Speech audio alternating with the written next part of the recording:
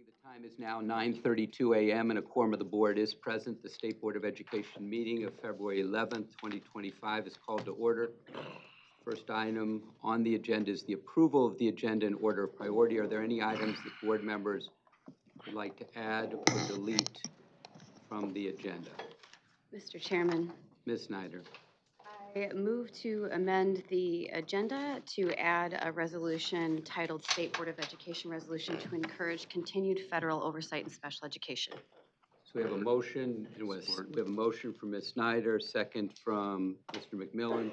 Ms. Snyder, back to you. I'll read it into the record and speak to it being added to the agenda.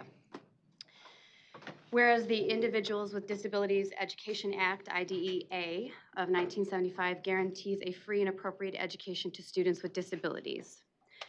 Whereas the Michigan Department of Education, otherwise known as MDE, Michigan Administrative Rules for Special Education, otherwise known as MARS, the Special Education Advisory Committee, otherwise known as SEAC, and intermediate school districts, otherwise known as ISDs, set the tone for procedural safeguards and the foundation of compliance with IDEA. Whereas the MDE endorses the decertification of specialized special education teachers, has not endorsed certification of paraprofessionals, is not urging appropriate workload for special education teachers or paraprofessionals based on ratios and acuity, and is not leading the conversation on paying certified education professionals in specialized areas in a way that values the work they do. Whereas the SBE, or State Board of Education, is the constitutionally prescribed body to oversee education statewide and historically governed MARS before being transferred to the interpretation and implementation of ISDs. Compliance with this important federal law has been in steady decline since this transfer of oversight from the SBE to ISDs. Whereas SEAC has recently acknowledged that there is no direction from the federal government for them to engage in the active investigation or resolution of parental complaints of noncompliance at the state level to actively pursue a public education system that is in the true spirit of providing a free and appropriate education to students with disabilities.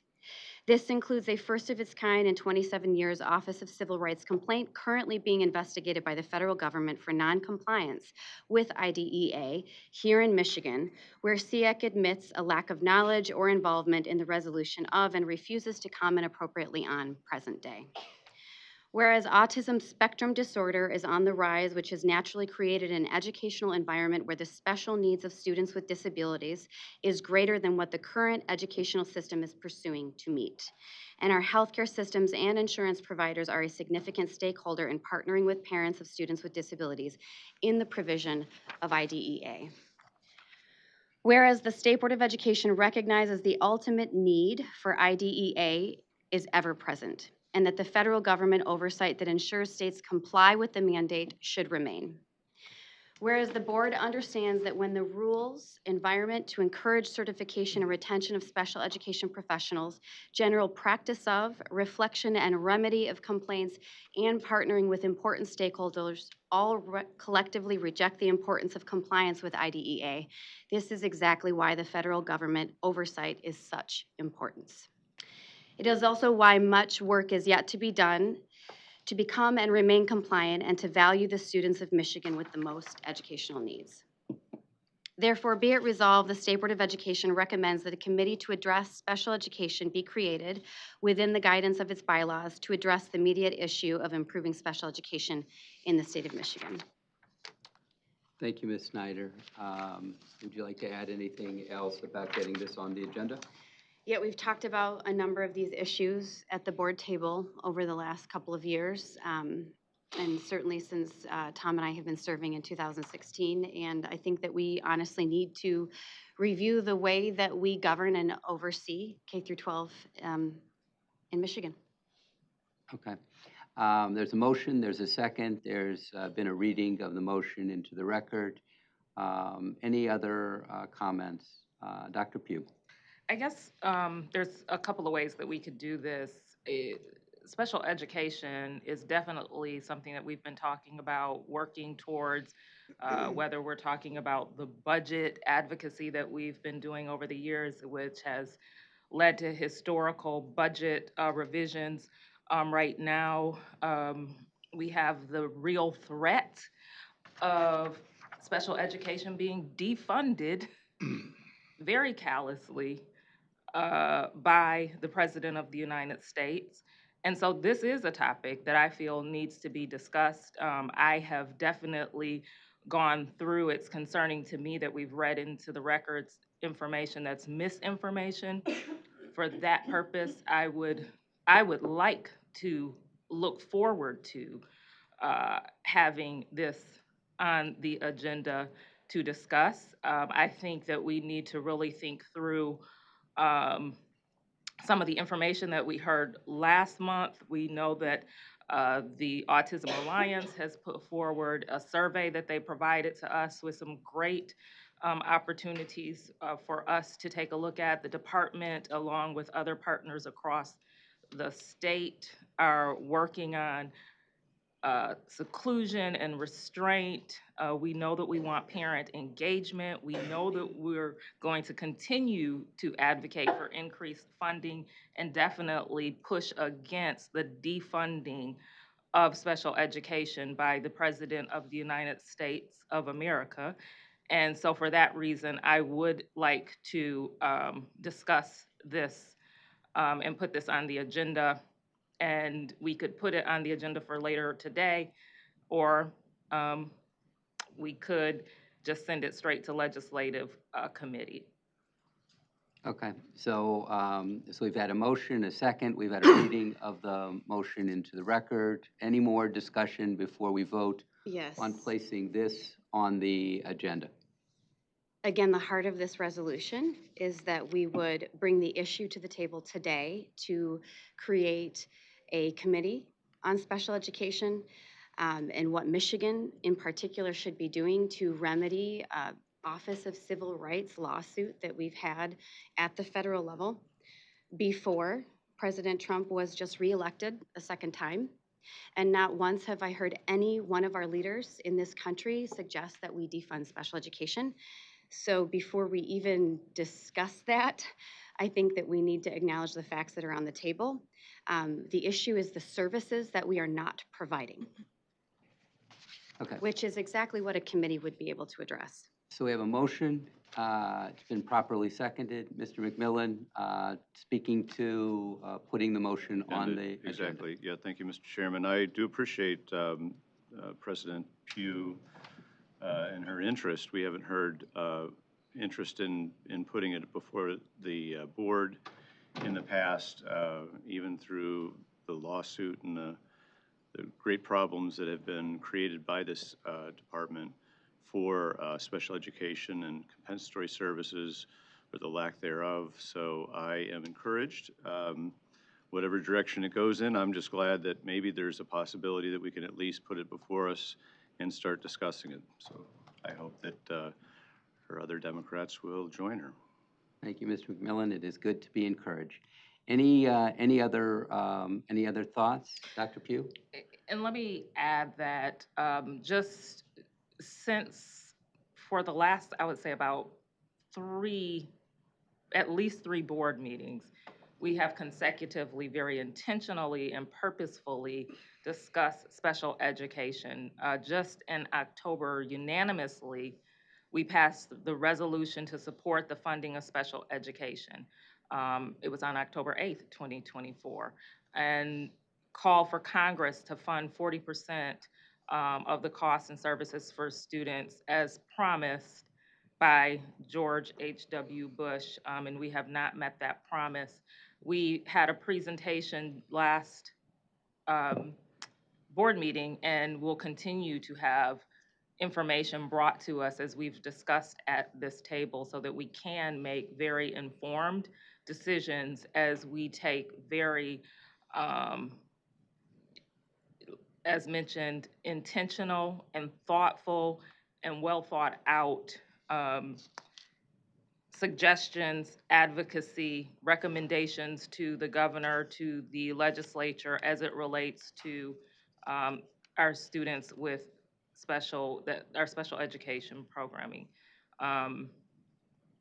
So that is a continued conversation, very important topic. And so I just want to definitely push back on what was said that we have not done anything and there has not been any effort to address these issues.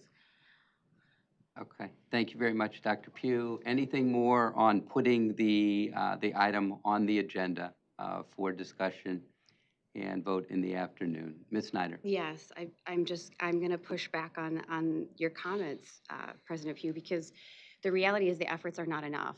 And under President Biden, to be in the middle of an investigation under OCR for the services that we're not providing, and the parents that continue to wait, and the students that did not get compensatory services through COVID.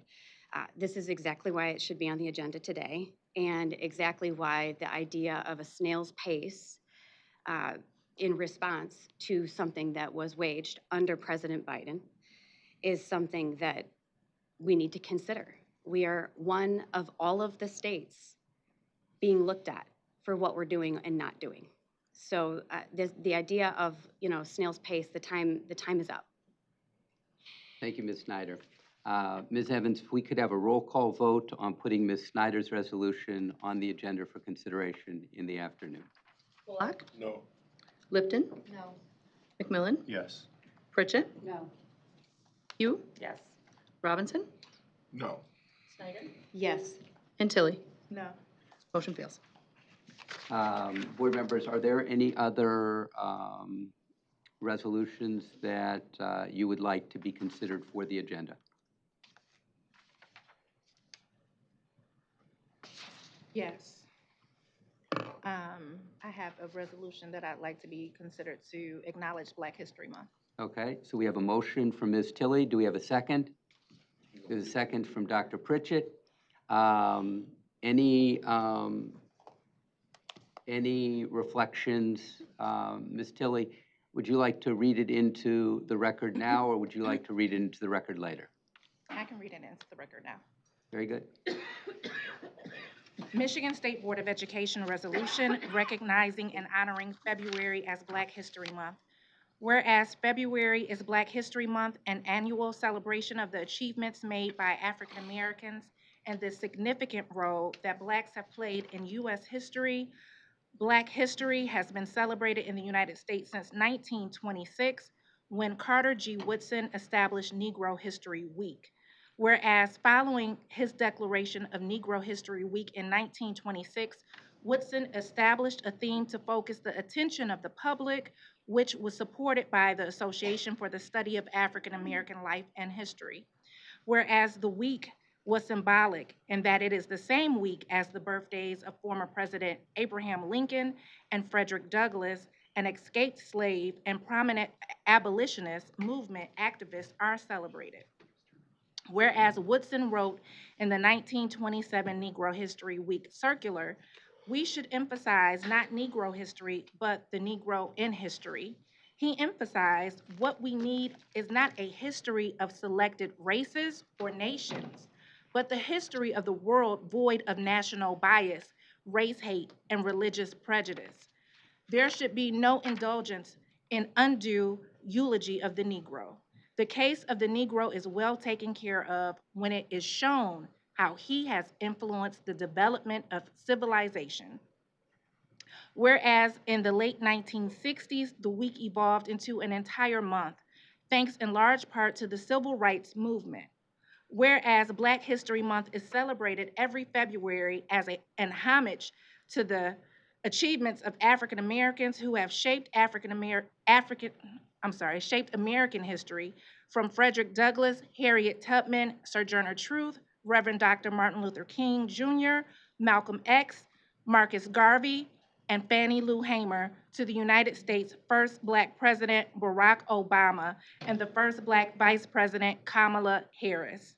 Whereas the month highlights the presence and experiences of Blacks across our country who are descendants of Africans that were forced to come to America during the transatlantic slave trade. It serves as a time of reflection on how African Americans have resisted historic and ongoing oppression in all forms, especially the racial terrorism of lynching, racial pogroms, and police killings.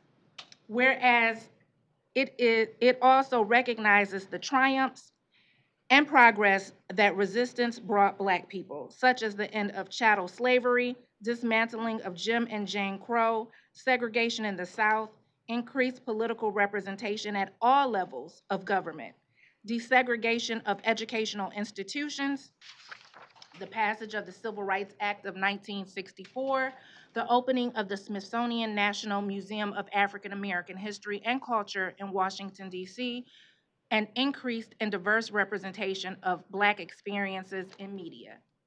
Whereas the contributions and achievements of Black citizens are essential and should be a part of the core curriculum throughout the year, Black History Month provides an opportunity to highlight the unique contributions of the African American community. Whereas Michigan school data reported that in the 2023-2024 school year, statewide enrollment of African American Black students was 260,000 approximately, or 18.19%. Whereas in 2013, the Michigan Department of Education articulated 6 strategic priorities, the first of which was to close achievement gaps in reading and math, with an initial focus on African American young men whom data shows are Michigan's persistently lowest achieving student group. Whereas, in alignment, the Michigan Department of Education's efforts to support African American students began in 2015 with the creation of the African American Young Men of Promise initiative. In 2017, the initiative expanded to include the support of young Black men and women in Michigan schools through the African American Student Initiative. To date, the AASI has engaged with over 1,500 Michigan educators, whereas the White House Initiative on Advancing Educational Equity, Excellence, and Economic Opportunity for Black Americans initiative was created to strengthen the nation by improving educational outcomes for Black Americans of all ages, and to help ensure that this population would receive an education that prepares them for college and productive careers to contribute to the well-being of society. Therefore, be it resolved that the Michigan State Board of Education does hereby adopt this resolution to recognize and honor the month of February as Black History Month. Therefore, be it further resolved, the Michigan State Board of Education proclaims that we as citizens should strive to overcome intolerance and indifference through learning and remembrance. Thank you, Ms. Tilley. We've got a motion. We have it seconded. It's been read into the record. Is there any other discussion about placing it on the agenda? Hearing and seeing none, Ms. Evans, a roll call vote, please. Bullock. Yes. Lipton. Yes. McMillan. Yes. Pritchett. Yes. Pugh. Yes. Robinson. Yes. Snyder. Yes. And Tilly. Yes. Motion carries. Thank you very much, Ms. Evans. Ms. Tilley, may I please have a motion to approve the agenda as amended? Moved by Dr. Pritchett, seconded by Senator Bullock. Any discussion? Hearing and seeing none. Ms. Evans, if we could have a roll call vote. Bullock. Yes. Lipton. Yes. McMillan. No. Pritchett. Yes. Pugh. Yes. Robinson. Yes. Snyder. Pass. And Tilly. Yes. Motion carries. Board, at 9:51, you have an agenda. At this time, Ms. Liz Evans, State Board Executive, will introduce members of the State Board of Education. Good morning. You have just been listening to Dr. Michael Rice, Chairperson of the State Board and State Superintendent. To his left around the table is Board President Dr. Pamela Pugh from Saginaw, Board Co-Vice President Ms. Ellen Cogan-Lipton from Huntington Woods, NASB Delegate Dr. Mitchell Robinson from Okemos, Ms. Nikki Snyder, and Ms. Kelly Kuzmano, the 24-25 Michigan Teacher of the Year. Now seated to my right is Mr. Tom McMillan from Oakland Township, Board Treasurer Mr. Marshall Bullock from Detroit, Board Co-Vice President Ms. Tiffany Tilley from West Bloomfield, and Board Secretary Dr. Judith Pritchett from Washington Township. Joining us virtually today is Ms. Emma Young, the staff member representing the Governor's Office. Thank you, Ms. Evans. The public may register to provide comment during the public participation portion of the meeting at approximately 1 p.m. Those wishing to make public comment must register before 1 p.m. To provide public comment by telephone, please complete the registration form on the MDE webpage at www.michigan.gov/MDE. To provide public comment in person, please complete a green public comment form when you arrive here at the meeting location. These instructions are listed on the MDE webpage, again at www.michigan.gov/MDE. Ordinance 952, and the first item on today's agenda is a presentation on foster care updates and youth voice. Presentation will focus on the efforts of the Michigan Department of Education and others to provide greater stability for youth experiencing foster care, youth who share their experiences while in high school and also while in the foster care system. We welcome our presenters, Dr. Delsa D. Chapman, Deputy Superintendent of the Division of Assessment, School Improvement, and Systems Support, Dr. Corinne Edwards, Director of the Office of Educational Supports, Ms. Kathleen Haney, Foster Care Consultant and Regional Consultant of Team 1, Office of Educational Supports, Mr. Michael Powell, the Assistant Director in the Office of Educational Supports, and joining us virtually are three foster youth voice participants, Ms. Mary Cooper, Ms. Pura Strong, and Ms. Brenna Williams. I think I've got those names correct. Brenna Williams, Pura Strong, and Mary Cooper. Brina? I'll just say Brina. Brina, thank you Yes. so much. I appreciate you sharing that. Of course. This is an informational presentation and no board action is required. Presenters, welcome. Thank you, Dr. Rice, and good morning, Board. We are excited to share foster care updates with a highlight today of youth voice relative to our recent MDE initiative specific to this topic. As an overview, today we will share updates on the following.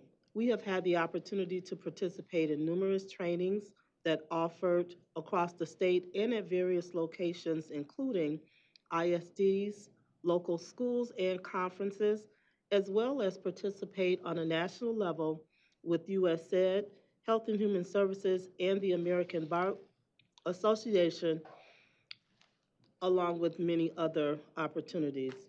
We will share details around the MDE and MDHHS Foster Care Youth Voice Initiative, where we engage with youth from across the state regarding their experiences, specifically while in high school and also while experiencing foster care. We will also share work towards the recommendations that we received during the December 2023 SBE meeting. And finally, we will share our plan for moving the work forward in 2025 and beyond. And now to Dr. Edwards. Thank you, Dr. Chapman, and good morning. Our OES foster care work aligns with Michigan's top 10 strategic education plan goals 4, 5, and 6. Expand secondary learning opportunities for all students, increase the percentage of students who graduate from high school, and increase the percentage of adults with a post-secondary credential. Sizable differences continue to exist between the graduation rates of students within foster care than those of other students without this lived experience. This requires the continued attention of local and intermediate school districts, the MDE, and the state legislature. With the recent passing of legislation related to timely and additional assistance for students in foster care, the MDE OES work efforts in this space are focused on providing timely, relevant, and direct technical assistance and support to schools and district leaders in identifying and removing barriers, that students in foster care have historically faced, and supporting educators in increasing equitably accessible opportunities for these students to complete high school with minimal interruption and are given the tools and resources necessary for them to realize the fullest of their life goals. I'll now turn it over to Ms. Kathleen Haney, OES Foster Care Consultant, to move us further into the presentation. Thank you, Dr. Edwards, and good morning. It is sufficient to note that we have been working in the area for almost 10 years at this point, with this being the third distinct change in training and support that we have provided to our constituents. While it has been necessary to continually provide basic level training as both the LEA and MDHHS case manager turnover continues to be high, additional technical assistance needs have been identified and are ongoing to meet the needs of our constituents. The onset of COVID-19 in March of 2020 required both departments to provide pertinent resources to support local education agencies as well as our case managers. The following 3 slides will share how MDE has addressed the need for additional technical assistance and support over the last year. In 2024, training opportunities included a wide variety of settings and audiences. The MDE and MDHHS work closely together to provide trainings in a combined audience setting. These trainings included both MDHHS case managers, supervisors, private agencies, alongside our local education agency foster care liaisons. This joint audience allowed for program discussions as well as opportunities to build relationships to promote collaborative interactions and support staff as well as our youth. The MDHHS identifies business centers across the state similarly to how the MDE identifies regions for service delivery.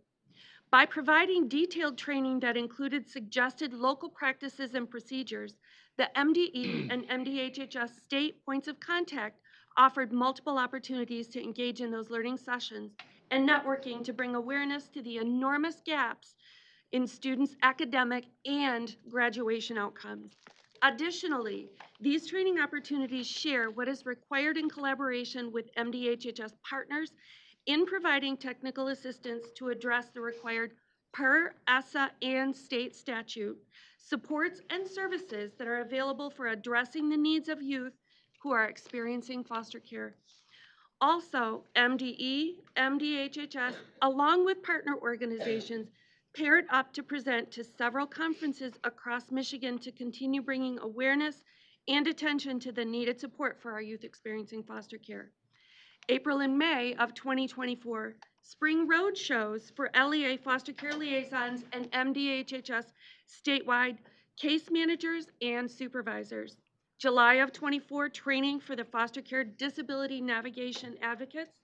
October, the Special Populations Conference, where we provided 9 specific foster care track sessions for school and district leaders. And then in November, the MCAN conference, the MDHHS Adoption and Guardianship Conference, and Business Service Center sessions. Also during 2024, MDE, in partnership with MDHHS Fostering Success Michigan, Park West Foundation, and the Student Advocacy Center, conducted a 4-part series involving youth with experience in foster care. Specific, detailed information about this initiative will be shared later in this presentation. These Youth Voice sessions were held in February, May, August, and September. In April of 2024, I was invited to participate in a convening with the United States Department of Education, Health and Human Services, and the American Bar Association Center for Children and the Law, and provide contributions to support the updating of the Ensuring Educational Stability and Success for Students Experiencing Foster Care non-regulatory guidance document that has since been released in November of 2024. The purpose of this document is to offer state education agencies and local education agencies with practical methods to support our youth. Additionally, MDE has been involved with revising several MDHHS forms and policies alongside our foster care work groups. Following each training session, our participants received a survey from MDHHS and MDE and any associated partner agency to help gauge their understanding of the materials that were presented and to areas that required additional training and/or other technical assistance needs, and to assist in planning for our future learning opportunities. It is necessary for us to continuously revisit and offer our basic 101 training, as the turnover for both LEA foster care liaisons excuse me, and MDHHS case managers is reported as high as 1/3 every year. This does require us to continue training around the basic elements of our ESSA requirements. With the passage of the 3 laws, there will be increased access to education data for our foster youth, which will assist both departments in addressing educational gaps for our youth, as well as continuously updating our training materials, policies, and our guidance. It is the hope of both MDE and MDHHS that collaboratively we will be able to continue to offer networking opportunities for LEA foster care liaisons and county points of contact to identify and address the barriers that our youth experiencing foster care face within our K-12 education system. Now, I will hand it off to Michael to share information regarding each of the new laws. Thank you, Kathleen, and good morning, everyone. One of the biggest additions from 2024 was the passing of 3 bills, House Bill 4676, 4677, and 4678 into law, now referred to as Public Acts 23, 10, and 11 of 2024. The MDE assisted Representative Stephanie Young and her legislative team in the development and refinement of these new laws. The next few slides will share more details about each of the new laws as well as department responsibility for their implementation. Starting with Public Act 23. This act ensures several things: comprehensive transition planning, school enrollment timelines, and ensured opportunities for participation with extracurricular activities. Probably the biggest change with this law is the requirement that all child caring institutions prioritize meeting the graduation requirements of the Michigan Merit Curriculum. So, all youth placed within a CCI will have access to earning high school credits for consideration when transferring to another school upon their release or reassignment. MDHHS has department responsibilities for this act. Public Act 10 requires an annual report specific to foster youth be presented annually to the Michigan Legislature. MDHHS has the department responsibility of presenting the required annual report. However, the report will be compiled as a collaborative effort between the MDHHS, MDE, and CEPI. In case you're wondering, a child care institution is a child care facility that is organized for the purpose of receiving minor children for care, maintenance, and supervision, usually on a 24-hour basis, in buildings maintained by the child caring institution for that purpose and operates throughout the year. Now, the sharing of this detailed data and information will allow for further analysis of outcomes and potentially lead to additional strategies for supporting foster youth in schools. Currently, the only publicly available data specific to foster youth educational outcomes are graduation dropout rates and academic achievement as reported at the state level. Now, Public Act 11 will require MDE to regularly review the educational programs within each of the approximately 100 child caring institutions. Now, for the next segment of our presentation, we will focus on the Foster Youth Voice Initiative. Kathleen will lead us in this segment where we will hear from our youth. In the fall of 2023, meetings were held to discuss a foster youth voice initiative to assist the MDE and MDH in updating guidance to districts to MDE in partnership with MDHHS, Fostering Success Michigan, Park West Foundation, and the Student Advocacy Center collaboratively identified areas of need, possible meeting dates, the format for the meetings with youth, and the methods for engaging directly with our youth. In an attempt to honor and focus on the youth voice, it was necessary for us to establish very clear boundaries and roles for each of the attendees during these meetings. Facilitators with experience in foster care were identified, youth were invited, and invitations were sent to all identified attendees. While it was a small group of youth that participated, the dynamics and the conversation, they were incredibly powerful and moving. Direct quotes from the youth have been included in the new guidance document. We are incredibly grateful and humbled by what the youth have shared during these sessions.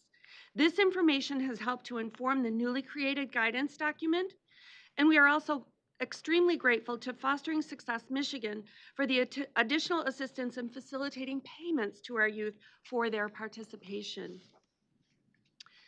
And now it is our honor to hear from the youth that participate, a few of our youth that participated with the learning sessions. Guests shared their participation experience by responding to the following 3 prompts. Please reflect on your participation experience with the Foster Youth Voice Initiative. Please share if you believe the Youth Voice Initiative was a worthwhile project. And please share what your hopes are for the information that was shared during each of the listening sessions. And now I would like to introduce our first guest, Kira Strong. Hello. Hi, how is everyone? Hold on one moment, Kira. We're gonna make sure your face is visible here to our room. There we go. There you go, thank you. Thanks for your patience. Yeah. Take it away. So in terms of like my role, well, my name is Kira Strong, and in terms of the role that I had while the youth initiative project was going on is I served in the capacity of a facilitator.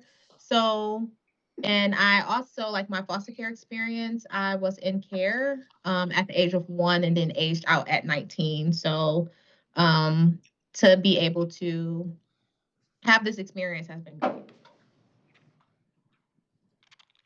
And then in regards to just like my overall reflection and my experience in the foster youth voice initiative, just as like I reflect on being the facilitator, I wanted to share like how humbling this experience was for me personally, and how I was kind of like really drawn back by some of the stories and experiences that my younger peers have experienced in care. I was able to be introduced to some very inspirational like youth who had similar experiences as well, and I grew appreciation for all of them as they all share like their unique stories and experiences as it related to their educational journey through K through 12. And I would say like I witnessed and observed during this initiative like moments of sadness, and then where we were kind of like all thrown back and like, whoa, I can't believe this really happened, or I can't believe that this didn't really happen. But we also kind of shared some moments of joy as well. And it was a level of understanding too. And it was also, I witnessed like a sense of community and a sense of belonging as well. And it was an amazing time for the youth to even be able to network and, have a seat at that table. So in regards to if I believe the Youth Voice Initiative was a worthwhile project, I definitely think it was. I think that this initiative was a great way to implement youth voice. I'm a big advocate about making sure that youth have a seat at these tables.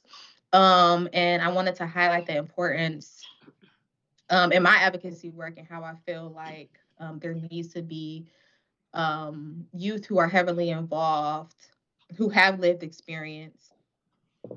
So I think that that was a good thing as well. And I strongly do believe that this project was successful in that regard. I believe that the initiative was also an opportunity for educators to be informed about those unique perspectives of youth who had spent time in care as well. So yes, overall I do. And then in regards to like my hopes, and what I hope this information that you all received throughout this experience of this initiative, I hope that the stories that were being told during the meeting is used as data to implement effective services in the future. I hope that schools and educators understand like the unique needs of foster care youth who are served in their districts.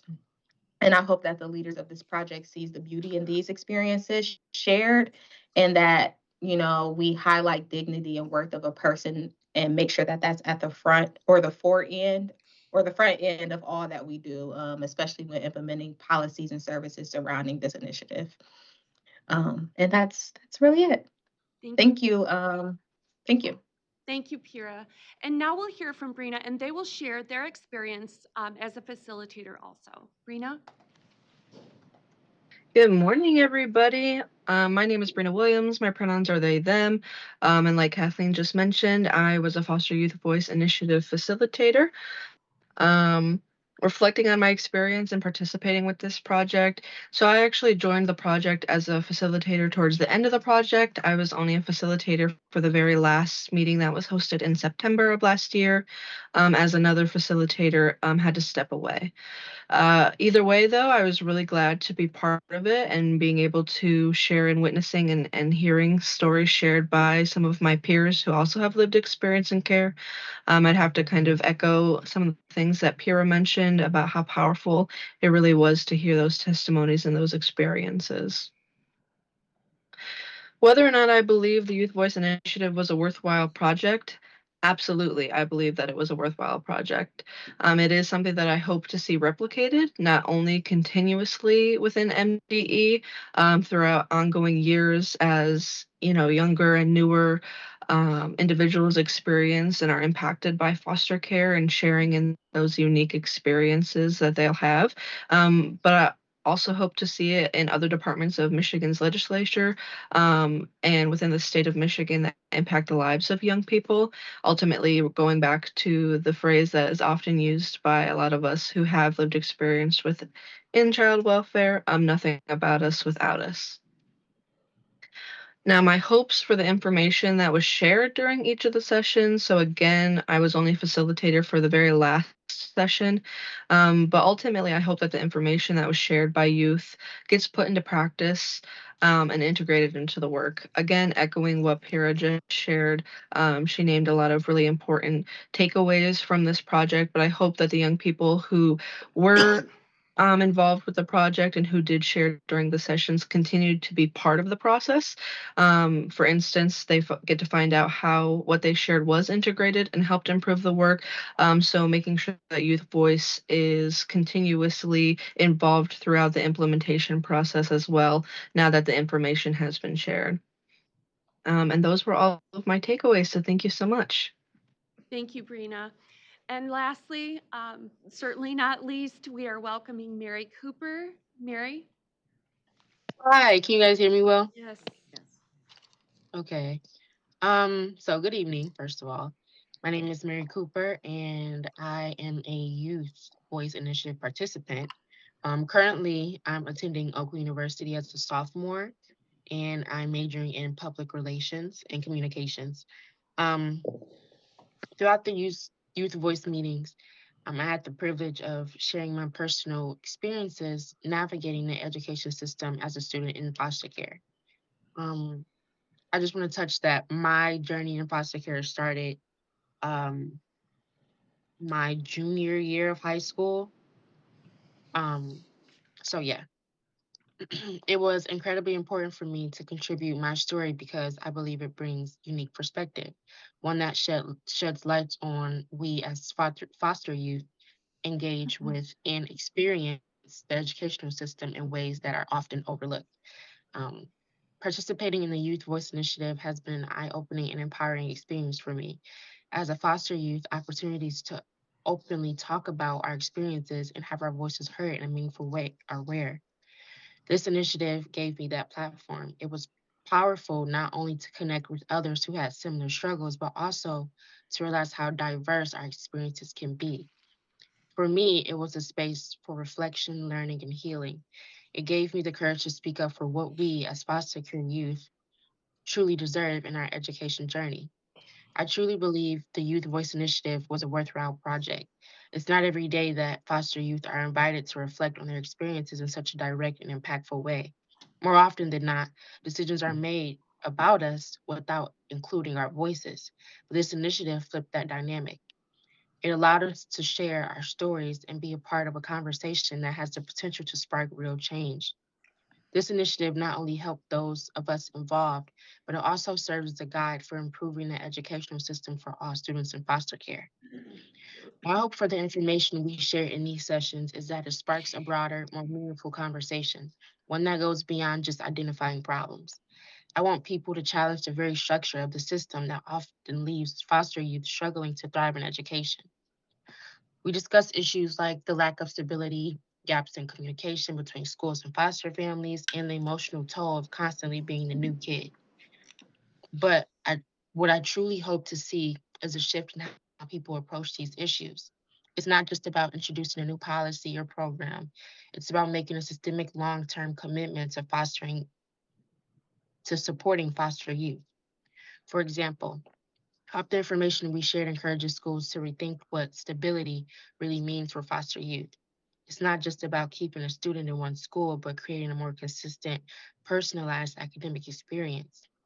Teachers, counselors, and even students should be aware of and sensitive to the unique challenges that foster youth face. Another hope of mine is that we see more investment in education that recognizes foster youth as individuals with distinct stories rather than just a statistic. Imagine if schools actively recruited mentors who are trained to understand the foster care experience. What if there were workshops that not only supported foster youth, but also educated their peers on what it's like to be in foster care? Ultimately, my hope for this initiative is that it doesn't just plant seeds for change, but that it helps create an environment where foster youth aren't merely surviving within the system, but actually thriving. We deserve to be seen, heard, and supported in ways that matter. And through initiatives like this one, I believe we can make that a reality. Thank you.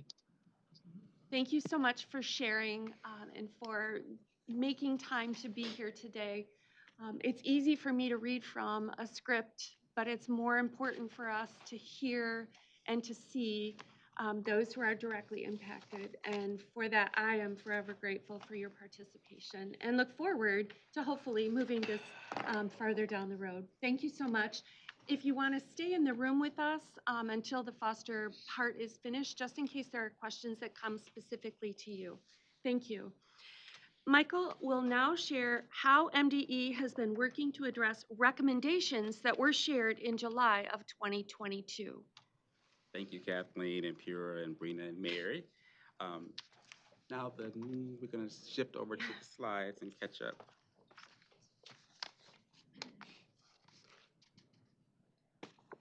We love tech, don't we?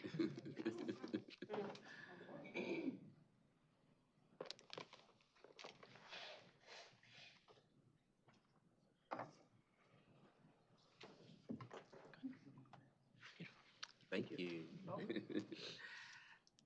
Now, the next two slides here work toward the recommendations since the last Foster Care State Board of Education update back in December of 2023. During 2024, MDE had the opportunity to collaboratively work alongside Representative Stephanie Young and her legislative team to support and promote the three bills which later became laws. The MDE included information about personal curriculums, PCs, and training sessions to continue to share with districts additional supports to help youth experiencing foster care and overcoming barriers that otherwise would delay graduation.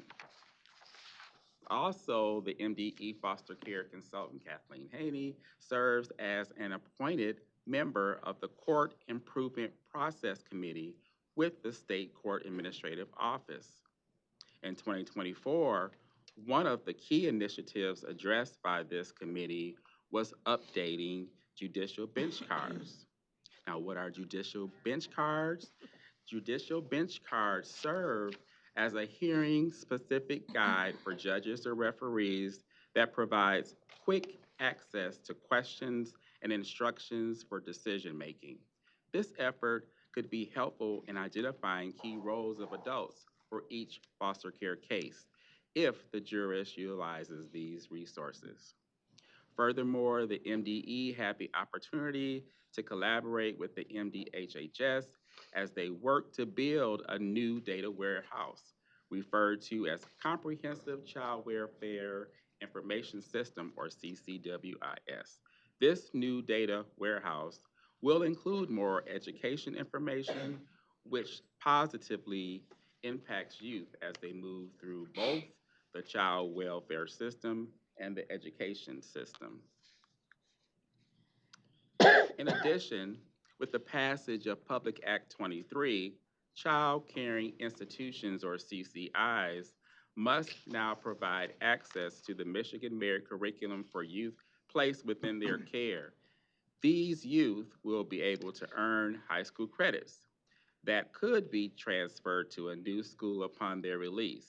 Hopefully, this access will help to show an increased graduation rate for this population of youth. With the Youth Voice initiative that occurred in 2024, there was intentional inclusion of youth as participants to honor their experiences and include them within the new guidance document that's soon to come.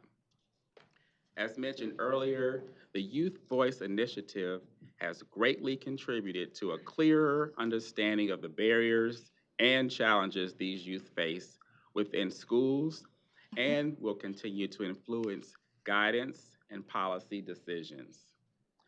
Finally, the Michigan School Aid Unit of my LEAP and the Labor and Economic Office, LEO, were included in providing information about accessing TRIO, Gear Up, which are federal programs that support youth in becoming college and career ready, and the free application for federal student aid, FAFSA, resources at the annual 2024 Special Populations Conference. For the next segment of our presentation, our director, Dr. Edwards, will share next steps. Thanks, Michael. As the Office of Educational Support looks ahead to continue this important effort in 2025, we have planned a wide variety of services across the units in our office and in partnership with MDHHS and other organizations. First, our office will leverage the resources and supports across our various units to address Public Act 11. In spring 2025, we have training opportunities planned in collaboration with MDHHS. This includes a 5-part virtual lunch and learn series to review the new USED non-regulatory foster care guidance and a statewide training series for MDHHS case managers and school district foster care liaisons. As well, district supports are ongoing throughout the school year to address local needs and provide guidance. Also, here are the key foster care web links to resources supporting today's presentation that have been included within your packet of information. And I'll turn it back to Dr. Chapman. Thank you, Dr. Edwards. This concludes our update on foster care youth. Dr. Rice, back to you for questions and commentary. And thank you again for this opportunity. Thank you, Dr. Chapman. Presenters, we really appreciate it. Thank you especially Pura and Rena and Mary. You are no longer on the screen, but I believe you are still with us. They are. Very good. Board members, questions or comments? Ms. Tilley. I want to begin by thanking the incredible youth that participated today. It takes immense courage to speak up, especially when you belong to a group that has been historically disenfranchised and exposed to trauma. Your voices matter and your bravery is inspiring. With that being said, I want to address the elephant in the room and extend my deepest gratitude to the Park West Foundation. and the youth that they support. I recognize and appreciate the years of tireless dedication you have invested in advocating for, uplifting, and defending foster youth and those who have aged out of the system. It has made you the experts in the room. A special acknowledgement goes to Saba. Your relentless efforts do not go unnoticed. I also want to highlight the thoughtful research these youth have conducted. Their lived experiences and hard work have led to a robust set of recommendations that the department was not working on for the last 10 years. Those recommendations aimed at removing barriers, increasing graduation rates, and reducing the likelihood of post-graduation struggles, such as homelessness and incarceration. The initiatives we worked on, the policies we championed, and the laws we helped pass have created systemic changes that increase foster youth's chances of leading successful adult lives. We brought together major government departments, MDE and MDHHS. We organized at the MDP convention, informing thousands of educators, union leaders, activists, and elected officials across our state about the failures of the system and the urgent need for change. As a result, youth voices were met with compassion. Not only did we successfully advocate for legislative changes with State Representative Stephanie Young leading the charge on her end, but we also educated people statewide. I firmly believe that in part because of this work, foster youth graduation rates increased from 39% to 44% the following year. Former Deputy Superintendent Kyle Garant played a pivotal role in bringing this work into fruition. However, following his departure from MDE, the treatment of these youth changed. Instead of being recognized as leaders, they were sidelined. The same youth who had been creating policy recommendations and advocating for legal reforms were suddenly reduced to sitting through elementary lessons on how bills are made. Their rightful place at the table was stripped away, and their ability to drive the conversation was taken from them. They were truly heartbroken as well as infuriated by the disrespect, which is why we did not attempt an annual update in December. They no longer wanted to be at a table they were made to feel so uncomfortable at. All of the hard work that I contributed to this movement was met with a distasteful remark by Dr. Rice, suggesting that I was only doing this to stay relevant. The reality is the work we did, our work was hijacked by the Department of Education, and that is truly disheartening. A couple of years ago, I sat in on a SEAC presentation where MDE spoke about its work with foster youth. Shockingly, they left out those who made this work possible. Their own board member, State Representative Stephanie Young, the Park West Foundation, and most importantly, the foster youth and aged out youth who poured their hearts and souls into this movement. You are not alone in this. You are not on an island by yourselves. This is a government agency, not a private entity. The voices of both internal and external stakeholders are pivotal in driving meaningful work and lasting change.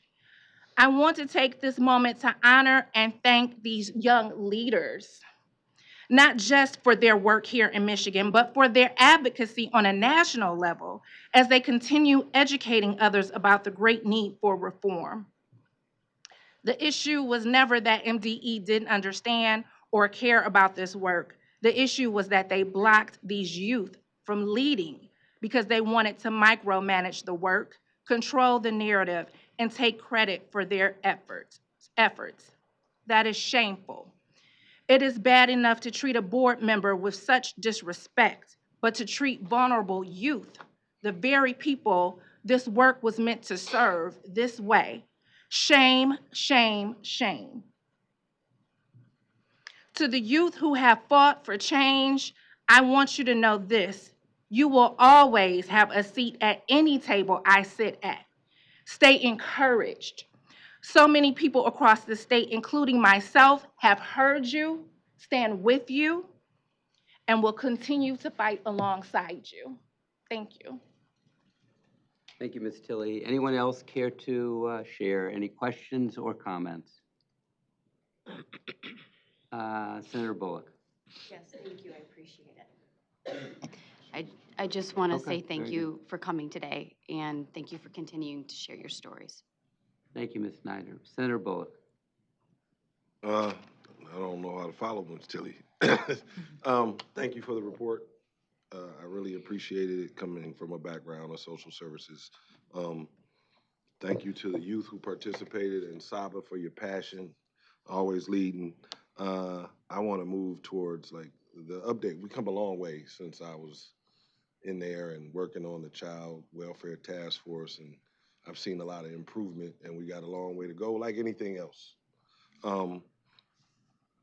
What are we doing to advocate for the, as we try to maintain the family for whatever reason that folks enter foster care?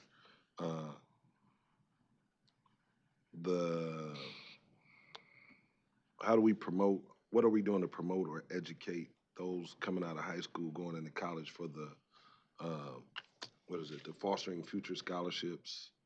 How are we educating those groups?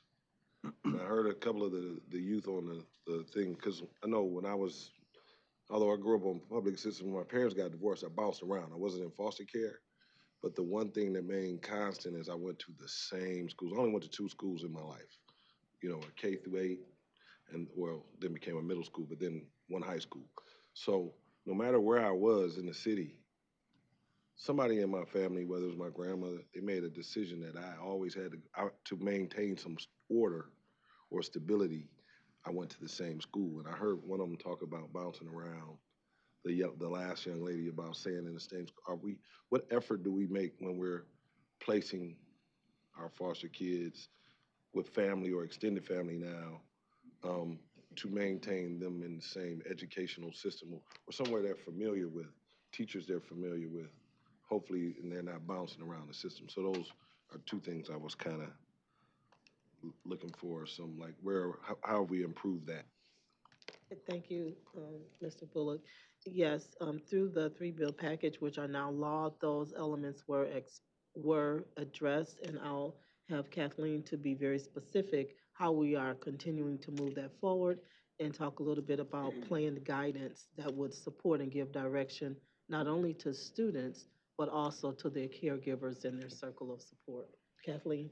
So with the onset of ESSA passage in 2015, there are the first right, and it's the first time that foster care was actually included within an educational bill package at the national level.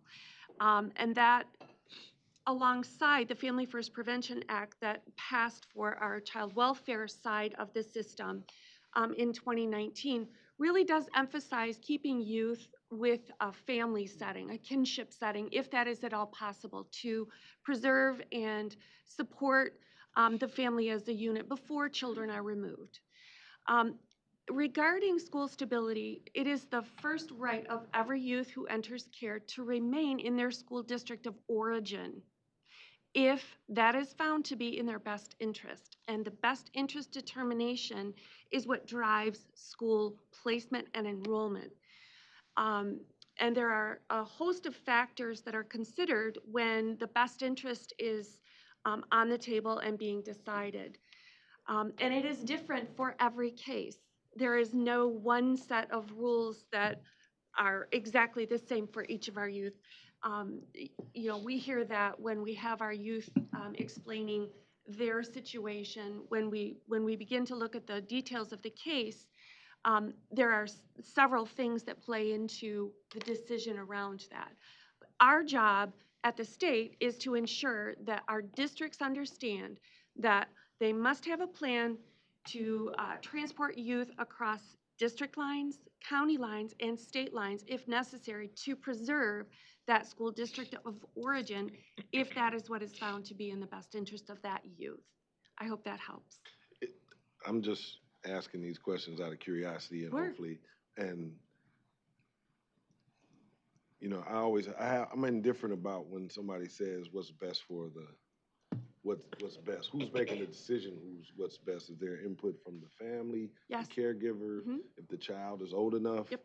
or is it just the agency? Or I can only speak for the onset of ESSA and what is intended Yeah, behind that yeah. legislation, right? So all of those people, schools, so the district of origin and the district of residence, if that is where the youth has been placed outside, the youth themselves, teachers, coaches, case managers, you know, all of those folks are supposed to be included with that decision. Now, it doesn't have to be a sit-down meeting. Yeah. Senator, it can be emails, it can be a phone call, but those folks are supposed to be contributing to where they all feel that youth should be attending, with knowing that the school of origin should be the first consideration. All right. And you said you're trying to, the advocacy is to inform the youth and the caregivers or the kinship family about their track to fostering the future scholarship program, right?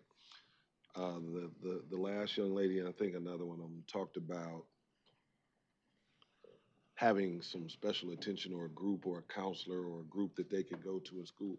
And this is me feeling the same way I do about kids who get called out of class for therapy.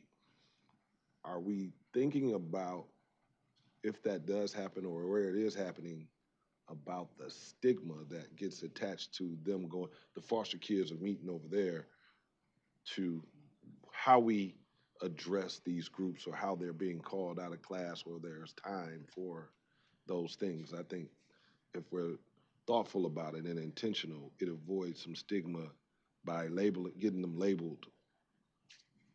Absolutely, yes. That is in training and guidance. All right. Thank you again for the update. Certainly. Thank you, Senator. Ms. Kuzmano. First of all, I just wanted to say thank you to you for this informational presentation, but also for the people on Zoom. It can't be easy to be in the room to watch all this conversation. I know when I was a first-year teacher, so that was a while ago, I had a student in my class, and I didn't know at the time that she was in the foster care system.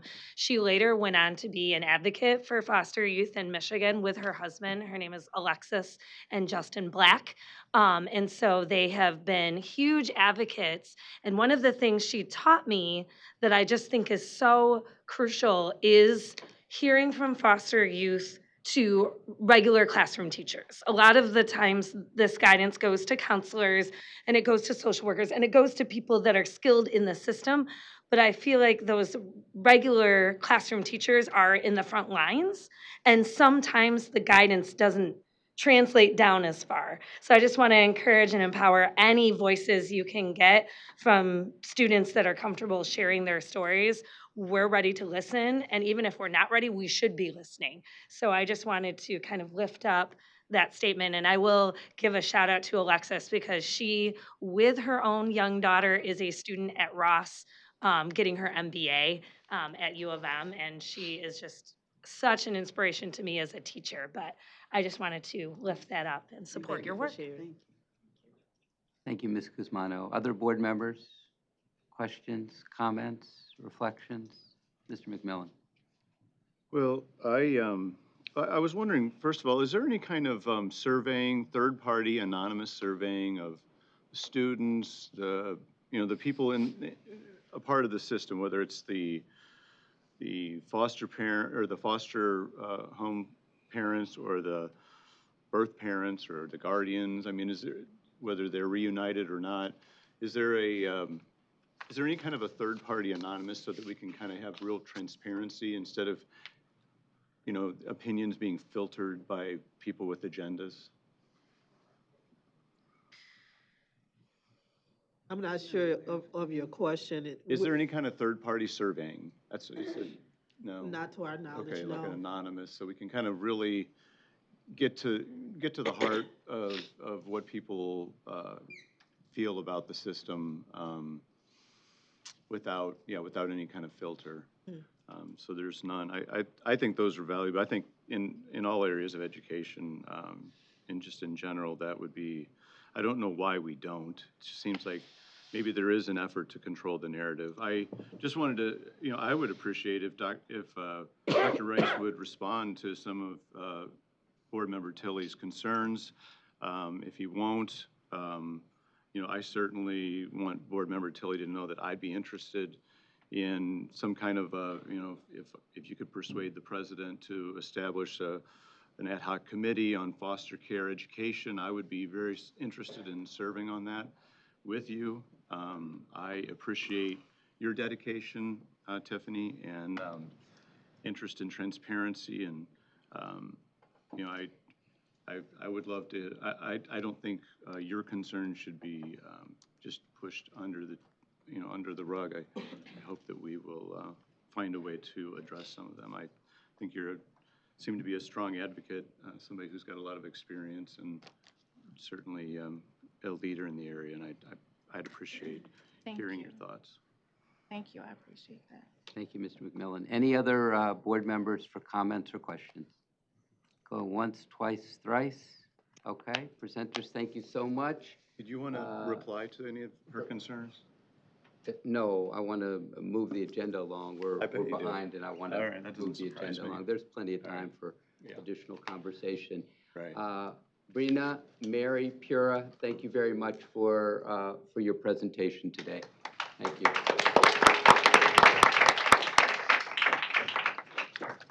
Board, it is 10:44. The next item on the agenda is a presentation on literacy updates, Section 35M, 35N, PA 146 and 147 of 2024. This presentation will feature updates on the ongoing work of the Committee for Literacy Achievement and Letters Training, and will draw links among different efforts. We welcome our presenters, Dr. Delsa Chapman, Deputy Superintendent, backed by popular demand, Dr. Corinne Edwards, Director of the Office of Educational Supports. Likewise, Dr. Kim St. Martin, Director of the My MTSS TA Center, Dr. Jen Saylor, the Assistant Director in the Office of Educational Supports, and Mrs. Denisha Rawls-Smith, the Manager in the Literacy Unit in the Office of Educational Supports. This is an informational presentation. No board action is required. Presenters, welcome. Thank you, Dr. Rice, and good morning again, Board.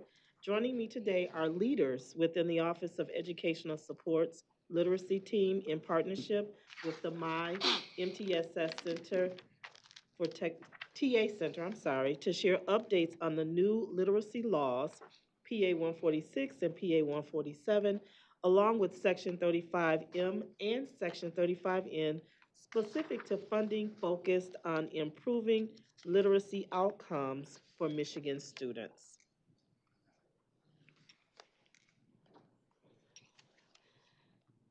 This is not moving forward. Okay, we have a little bit of a technical issue, but we will, let me see if I try it a different way. Yay, there we go. Technology can be friend or foe. All right, aligned to Michigan's top 10 strategic education plan, Goal 2, as we have here on the screen, today's presentation focuses on efforts to improve early literacy. Dr. Edwards will provide an overview of the presentation in that regard. Dr. Edwards? Thank you, Dr. Chapman, and good morning again. Recently released national literacy assessment data speak to the urgency of our literacy work efforts in Michigan.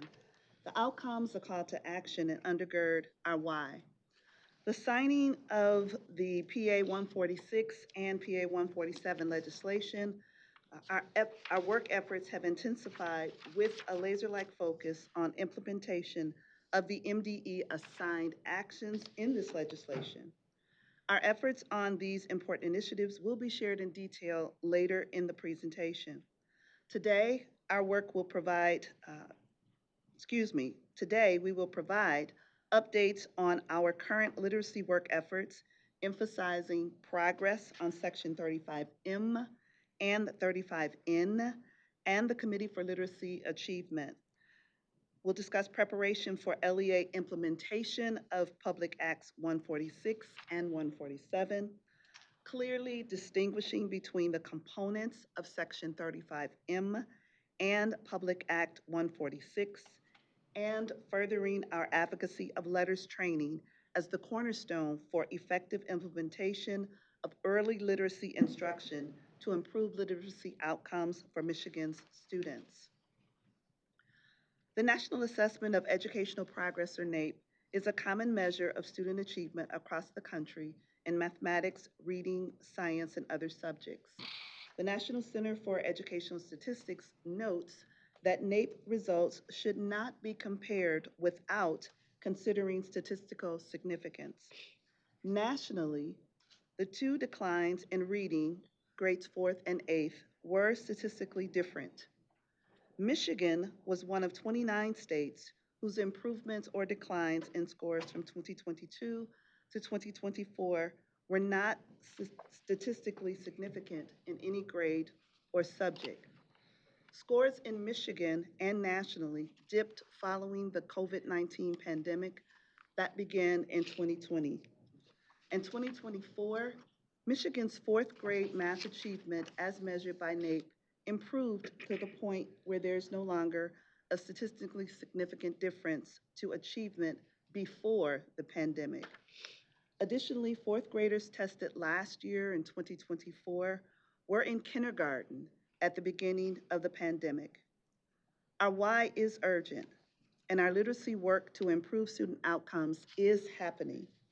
I will now turn this portion of the presentation over to Dr. Saylor to discuss what has been done with Section 35M and 35N. Jen? Thank you, Dr. Edwards, and good morning, Dr. Rice, members of the board. As you may recall, Section 35M per pupil literacy grant is an $87 million formula grant that requires the Michigan Department of Education to establish a committee for literacy achievement. This committee will critically evaluate literacy series and materials, literacy professional development, and literacy tools or services. And the primary focus of the committee is to recommend tools and strategies with the goal of increasing student academic outcomes in the area of literacy by creating and maintaining a rankings list of all literacy items that the committee evaluates. In addition, the committee will inform criteria and process for the Section 35N Reading Excellence and Advancing District, or READ, innovation competition. Since the introduction of this grant funding, the department has been working to establish the Committee for Literacy Achievement with the goal of supporting literacy outcomes for students. This slide provides an overview of what's been done so far. In December of last year, the CLA was created and began meeting. Throughout December and January, the department hosted webinars to provide an overview of Section 35M and 35N, and recordings of these can be found on the MDE Literacy website. Additionally, the MDE has provided updates on available resources via literacy listservs.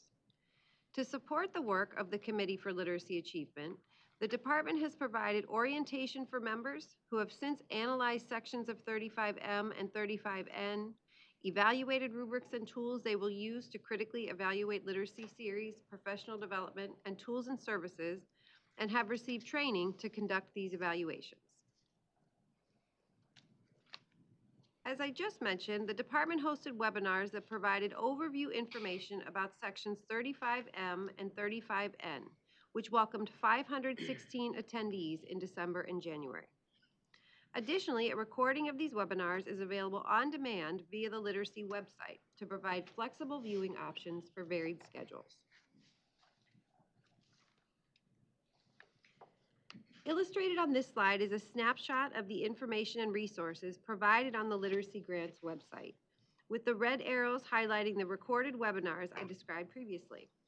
We invite anyone interested in these grants to visit our webpage, which will be continuously updated to learn more and to view the webinar recordings. In the coming months, we're looking forward to continue the continued work of the Committee for Literacy Achievement to support Michigan students.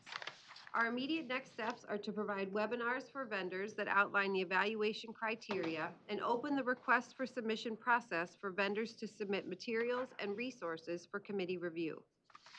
Once the request for submission process is open, the Committee for Literacy Achievement will engage in the review process with the goal of publishing the rankings list and opening the application to LEAs. We will also host webinars to support LEAs in the application process, and districts will be encouraged to apply. Following the 35M application window, the department will review and approve applications and allocate fundings to LEAs accordingly, noting that each step of this grant award process is informed by the Committee for Literacy Achievement's expertise in literacy, instruction, and research, with the ultimate goal of increasing literacy outcomes for Michigan students consistently at the core of the work. As we transition to the next segment of today's presentation, I would like to share a reminder that the funding provided for literacy tools that are proven to increase student outcomes in 35M can serve as an on-ramp to PA 146, the K-12 literacy and dyslexia legislation. To talk more about PA 146 and PA 147, I'll turn the presentation over to Dr. Kim St. Martin. Good morning. It's nice to see everyone again. This portion of our presentation, as Dr. Saylor said, focuses on Public Act 146, 147 that were signed into law this past October by Governor Whitmer. We want to talk about what has been done to develop awareness of the laws, and we're going to provide you a listing of the things that we accomplished spanning October through the end of January, and then we're going to end with some foreshadowing of things to come. I'm going to highlight a few of the topics that are on each of the lists. The Michigan Department of Education literacy consultants and the individuals within the Michigan MTSS Technical Assistance Center, we facilitated professional learning immediately following the passing of Public Act 146 and 147. The topics range from developing people's dyslexia expertise, understanding evidence-based literacy practices, ways to support diverse classroom libraries, and understanding the elements of our state's dyslexia guidance that are found within the Michigan Department of Education Dyslexia Handbook. So MDE has been very much, a lot of requests have gone into Michigan Department of Education asking to develop people's awareness about what is in the laws, so much so that MDE was asked to keynote the Michigan Association of School Psychologists Conference to help our school psychologists understand important critical elements that are within the laws. Some statewide events like the Michigan MTSS Annual Conference and the Continuous Improvement Conference provided us with opportunities to delve deeper into specific components of the language within the law. So for example, a presentation done at the Michigan MTSS Annual Conference focused on helping our participants understand the science of reading and dyslexia characteristics. Both of those terms are within Public Act 146 and 147. We also spent some time focusing on the differences in the brain's functioning and that impact our ability to become proficient readers. And impacts people's ability to read and spell. December through January, we focused heavily on communication about the K-12 literacy dyslexia laws, implementation timelines, and ways in which people can access current information and get answers to their questions. In a few slides, you're going to see the webpage that was developed. Informational webinars and presentations have been happening on almost a weekly basis. The Language Essentials for Teachers of Reading and Spelling, LETTERS, Cohort 9 began their learning in mid-January. So that's Cohort 9. LETTERS is a structured literacy professional learning. Structured literacy is within Public Act 146 and 147. The largest presentation thus far happened at the end of January, and it was the 2025 Dyslexia Summit. And that was a virtual presentation. So the Dyslexia Summit was virtual, and there was significant interest in participating. And in an effort to accommodate the interest and the excitement, districts, intermediate school districts, and universities were encouraged to host watch parties. A watch party is a creative way for people to gather to participate together in a shared environment so that they can experience the learning. We had 2,128 attendees. We also had 141 watch parties throughout the state of Michigan. You see 4 pictures from watch parties up here on this slide. And you will notice that the map of our state that is in the center of this slide, that map represents our reach across intermediate school districts.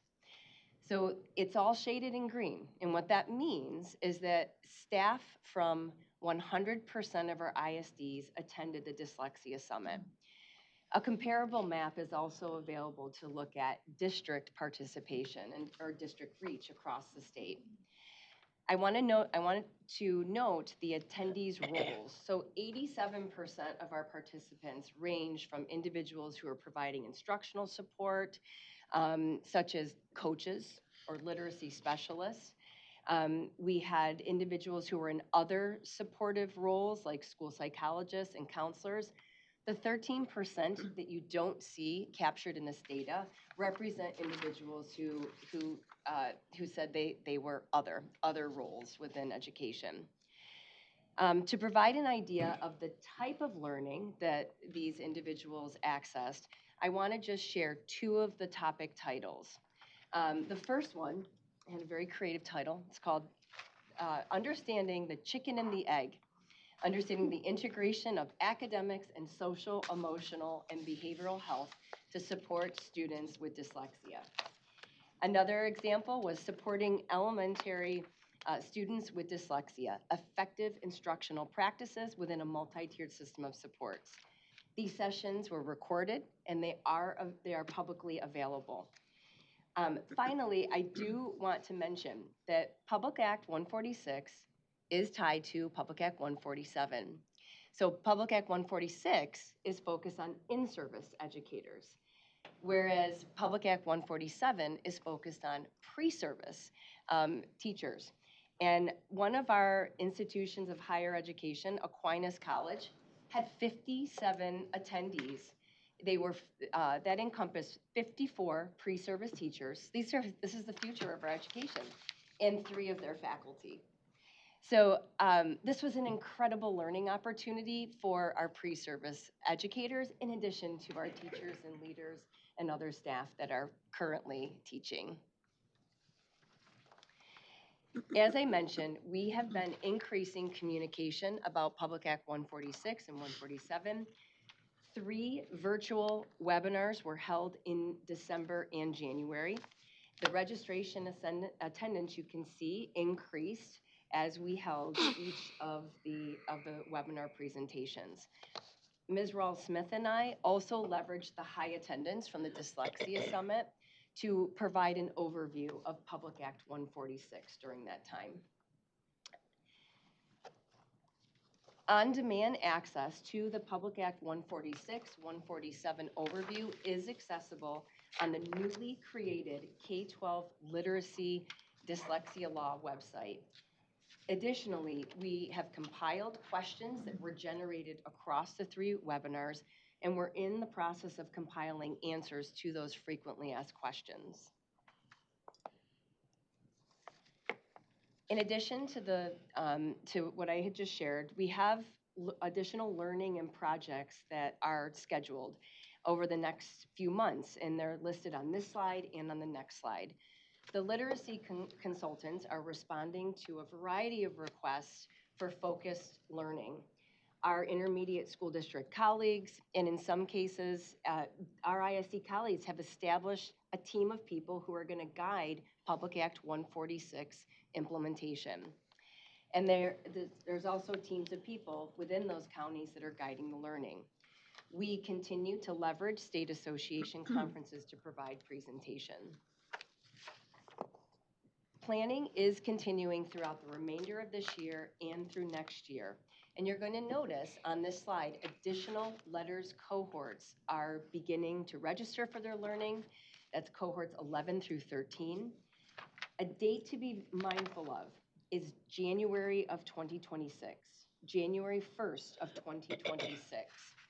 And that is when Michigan Department of Education, when we are going to publish the list of reliable and valid screening and progress monitoring assessments. We're also going to publish the list of evidence-based curriculum materials and resources.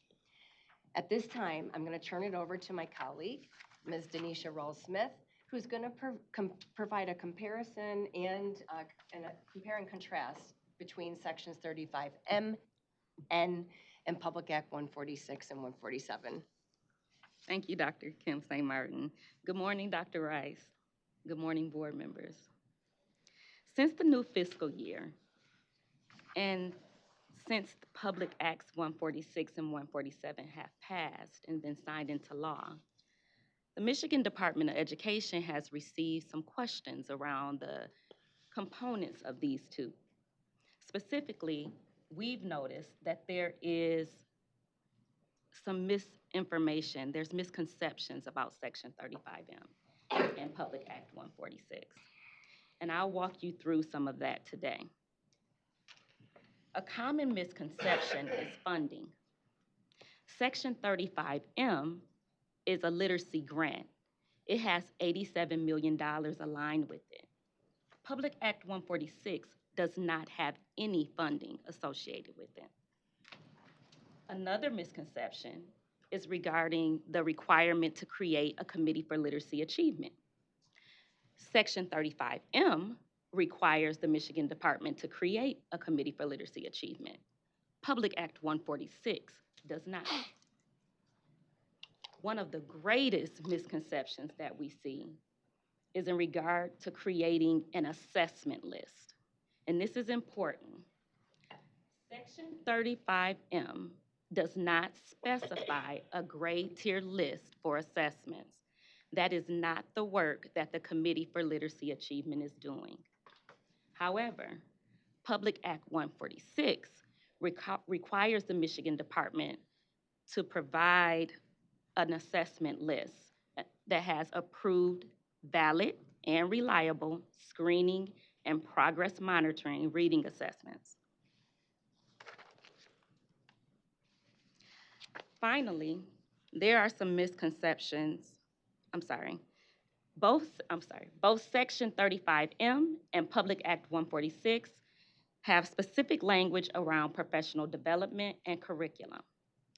Section 35M requires the Committee for Literacy Achievement, in collaboration with MDE, to create and maintain a rankings list of professional development. Public Act 146 of 2024 requires MDE to develop a literacy coaching model that includes grades 4 through 12.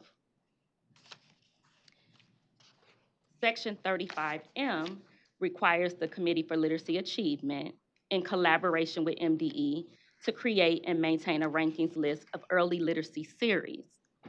However, Public Act 146 of 2024 requires MDE to publish a list of evidence-based, Tier 1, class-wide reading curricula and materials that are aligned with the science of reading. Finally, there are some misconceptions regarding the publication of literacy lists and what is required by law. And this is also important. Section 35M is a per pupil literacy grant for which LEAs may apply for funding. It is not required that every LEA in the state of Michigan apply for funding through Section 35M. Public Act 146 does require that LEAs it does have requirements for LEAs. So you'll see lists that LEAs must choose from in regards to assessments or components of curriculum and professional development that must be included. Another misconception is the publication dates. And if you look at the screen, you'll notice Section 35M has a publication date of June 2025. So after that Committee for Literacy Achievement critically evaluates the literacy series, professional development, and literacy tools and services, they will publish a list by June of 2025. Public Act 146, the approved list that the Michigan Department of Education is required to publish, will not be published until January of 2026.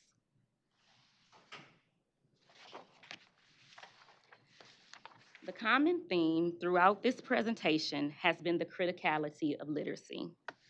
Reading is critical to success in school and in pursuit of one's dreams.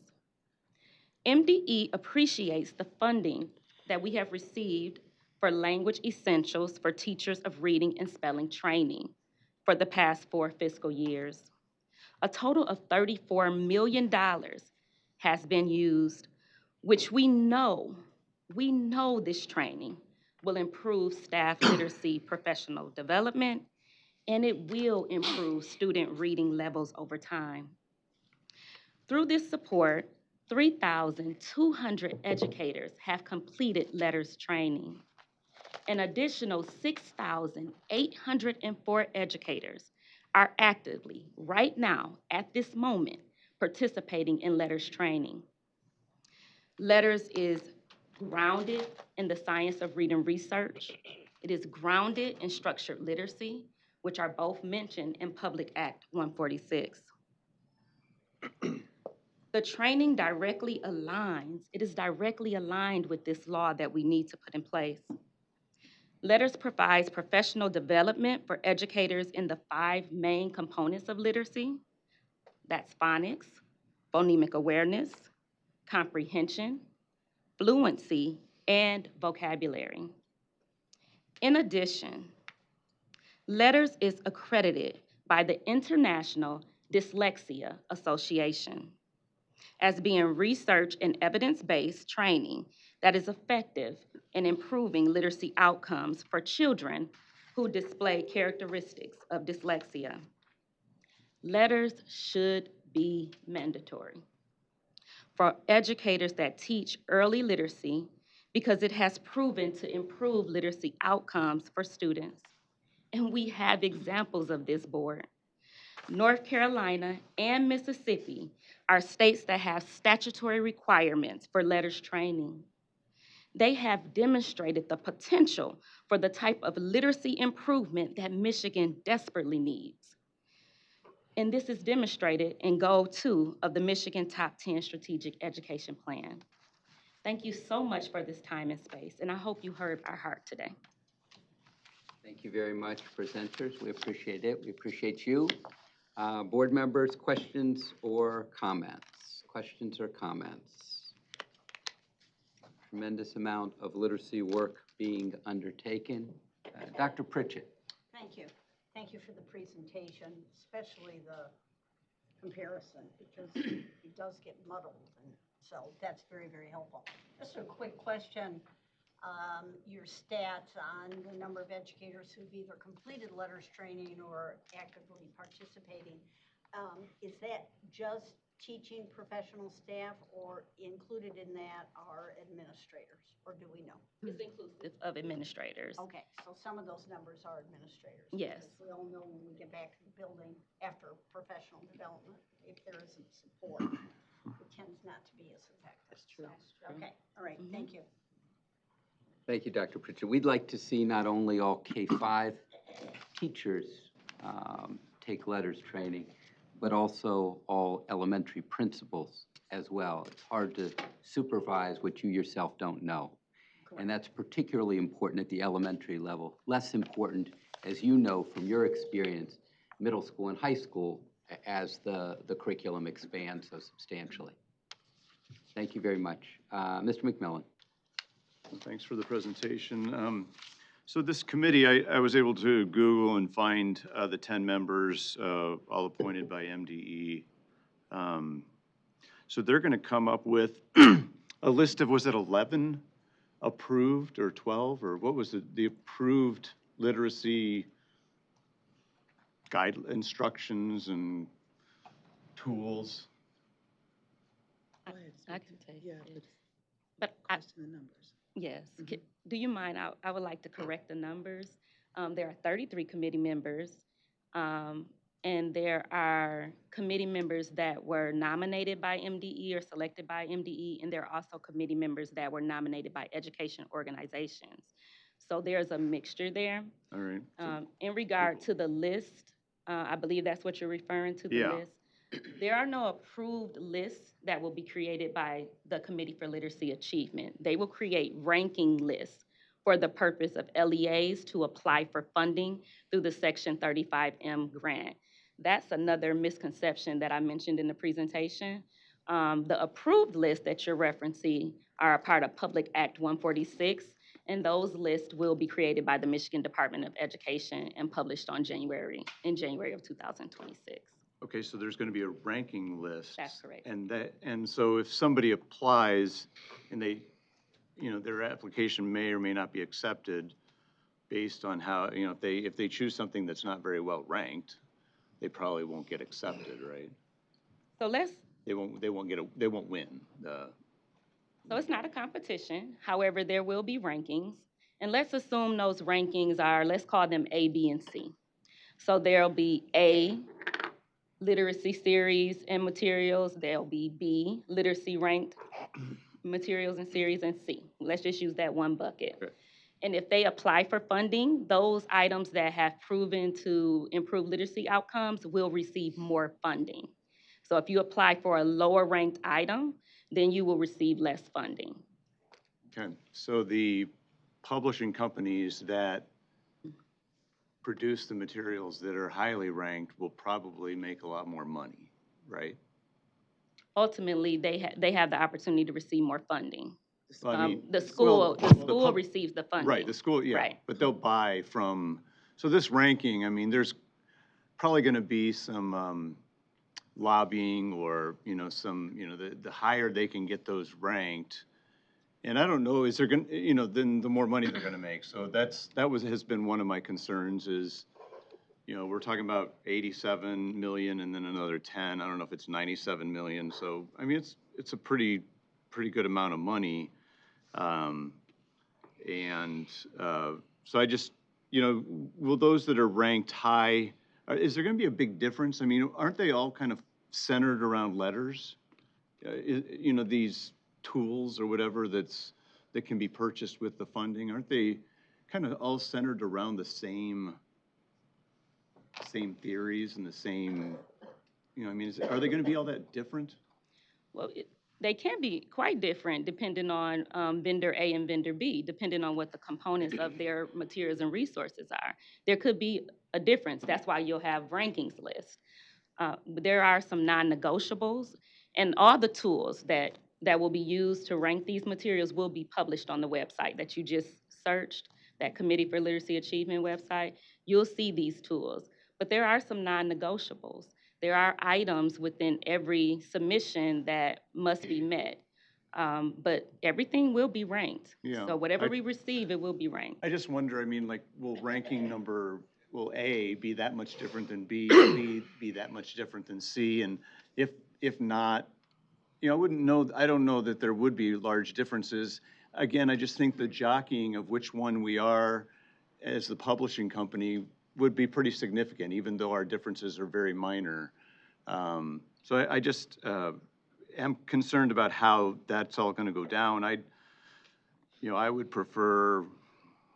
Well, I mean, and so this committee is of 33. They're going to look at evidence-based. I mean, these publishing companies are going to say, here's our evidence is that letters isn't that old. I mean, their evidence, of their specific way of doing things compared to bucket B and bucket C, that evidence is going to be pretty short-lived, I would imagine. I mean,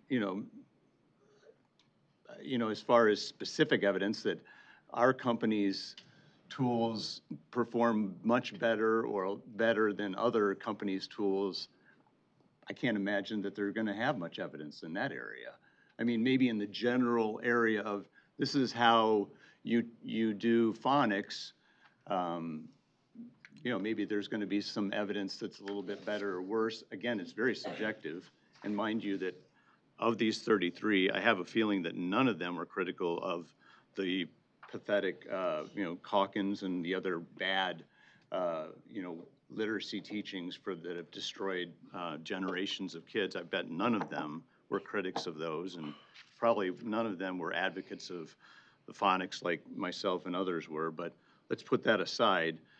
Their subject evaluations, subjective evaluations are going to be, they're going to be very subjective. I think that there's going to be concern. Are we sure that all these 33 people have no ties to publishing companies, to, I guess I wonder, it seems like there's going to be a lot of money based on their subjective decisions. I want to thank you for raising exactly what you just raised today. The concerns that you share, we also share those same concerns. But I'll allow Dr. Kim St. Martin to talk a little bit about some of the details that I think will help you.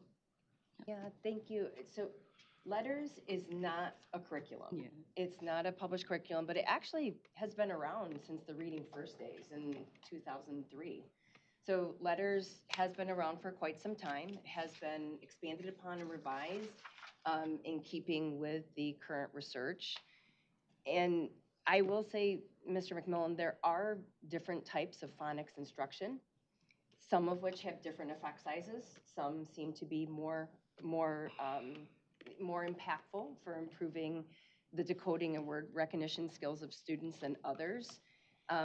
But letters is not a curriculum. So people are not going, it's a professional learning platform where people are learning about characteristics of dyslexia, high quality elements of how kids hear the sounds of language, how to decode and recognize words, how to read those words in connected text to a degree of automaticity so that they're reading fluently, accurately, with as if they're reading by sight, if you will, and to make sure that they're understanding what they're reading. So that is a base level of foundation to help our educators understand why effective reading curriculum resources are designed the way they are, because not all reading curriculum resources are created equal. And so some of those, and so some of these publishers are going to choose to advocate for and use techniques that are poor. We're not gonna select the ones that are doing well and have research-based, or it just seems to me that, again, there's going to be, most of them are all going to congregate around the same stuff, and somehow A, B, and C are going to get all the money because they're like a slightly different than D, E, and F. And so because nobody's going to say we're championing the one that doesn't work. They're all going to champion the ones that I would say are probably research-based, and so I'm a little leery about how this list is going to be developed. But anyway, I've beat a dead horse, I guess, probably. If I may, Mr. McMillan, I heard you mention too the concerns about the folks on the committee, and we have addressed that through the criteria that is being established. So it's all based on research. So when the submissions are created, there will be 3 evaluators that evaluate each of the materials that come through. So we have inter-rater reliability, and we come to consensus. As they go through the criteria that Ms. Ross-Smith mentioned will be published on the website, that will be consistent for every submission that we receive. The other piece to this is 35M does note for the committee members that they are required to recuse themselves if there's any conflict of interest. So that is included directly. It's directly in what has been charged to us. And I mentioned that our committee members participated in orientation and training, and we have reviewed that component of the legislation very thoroughly. So everyone on the committee is aware of that responsibility of recusal. And actually, this was a topic of considerable consideration prior to the formation of the committee, that you couldn't have any conflicts of interest. Thank you. Please, thank you, Mr. McMillan. Ms. Snyder. Can we get access to the definition of conflict of interest that they are recusing themselves of voluntarily? Sure. Okay. So just because there was great effort in differentiating 35M and PA 146, because it sounds like there will actually be two separate lists. The list that, the ranking list that the committee, the CLA, is under with the funding of $87 million. By the way, I'm just making sure that we're also clear that the $87 million is not associated with the grant money that will be awarded for the applications that the LEAs put in, correct? That's, the $87 million is just for the CLA process. No, that's incorrect. The $87 million is the grant. That's the Section Okay. 35M grant. The work is the committee. And There's no, they're not receiving any funding for their Okay. work efforts. So none of the $87 million has been released yet, correct? That's correct, and it shouldn't be, because Okay. the list should not be published until June of 2025 per Section 35M language. Therefore, the application process, once the list is published, that's when that timeline begins. Okay. Lawmakers made sure to be considerate of the time it would take to form the committee, Okay. to critically evaluate the materials that would be submitted, and then to offer the actual application process. So. Okay, and so that's just for the 35M. And then under PA 146, MDE is responsible for providing a list of approved, valid, and reliable screening and progress monitoring for reading assessments. Okay, so you've got the CLA that is providing the, the ranking tiered list of curriculum that's consistent with what it would take for letters training to align with what students need for reading achievement, correct? So Section 35M is not a portion, it's not letters. That's not what that language is about, no. Okay. So So letters, we let's say haven't, we letters don't wanted have, to we don't participate. have mandatory language yet for letters, correct? That's correct. Okay.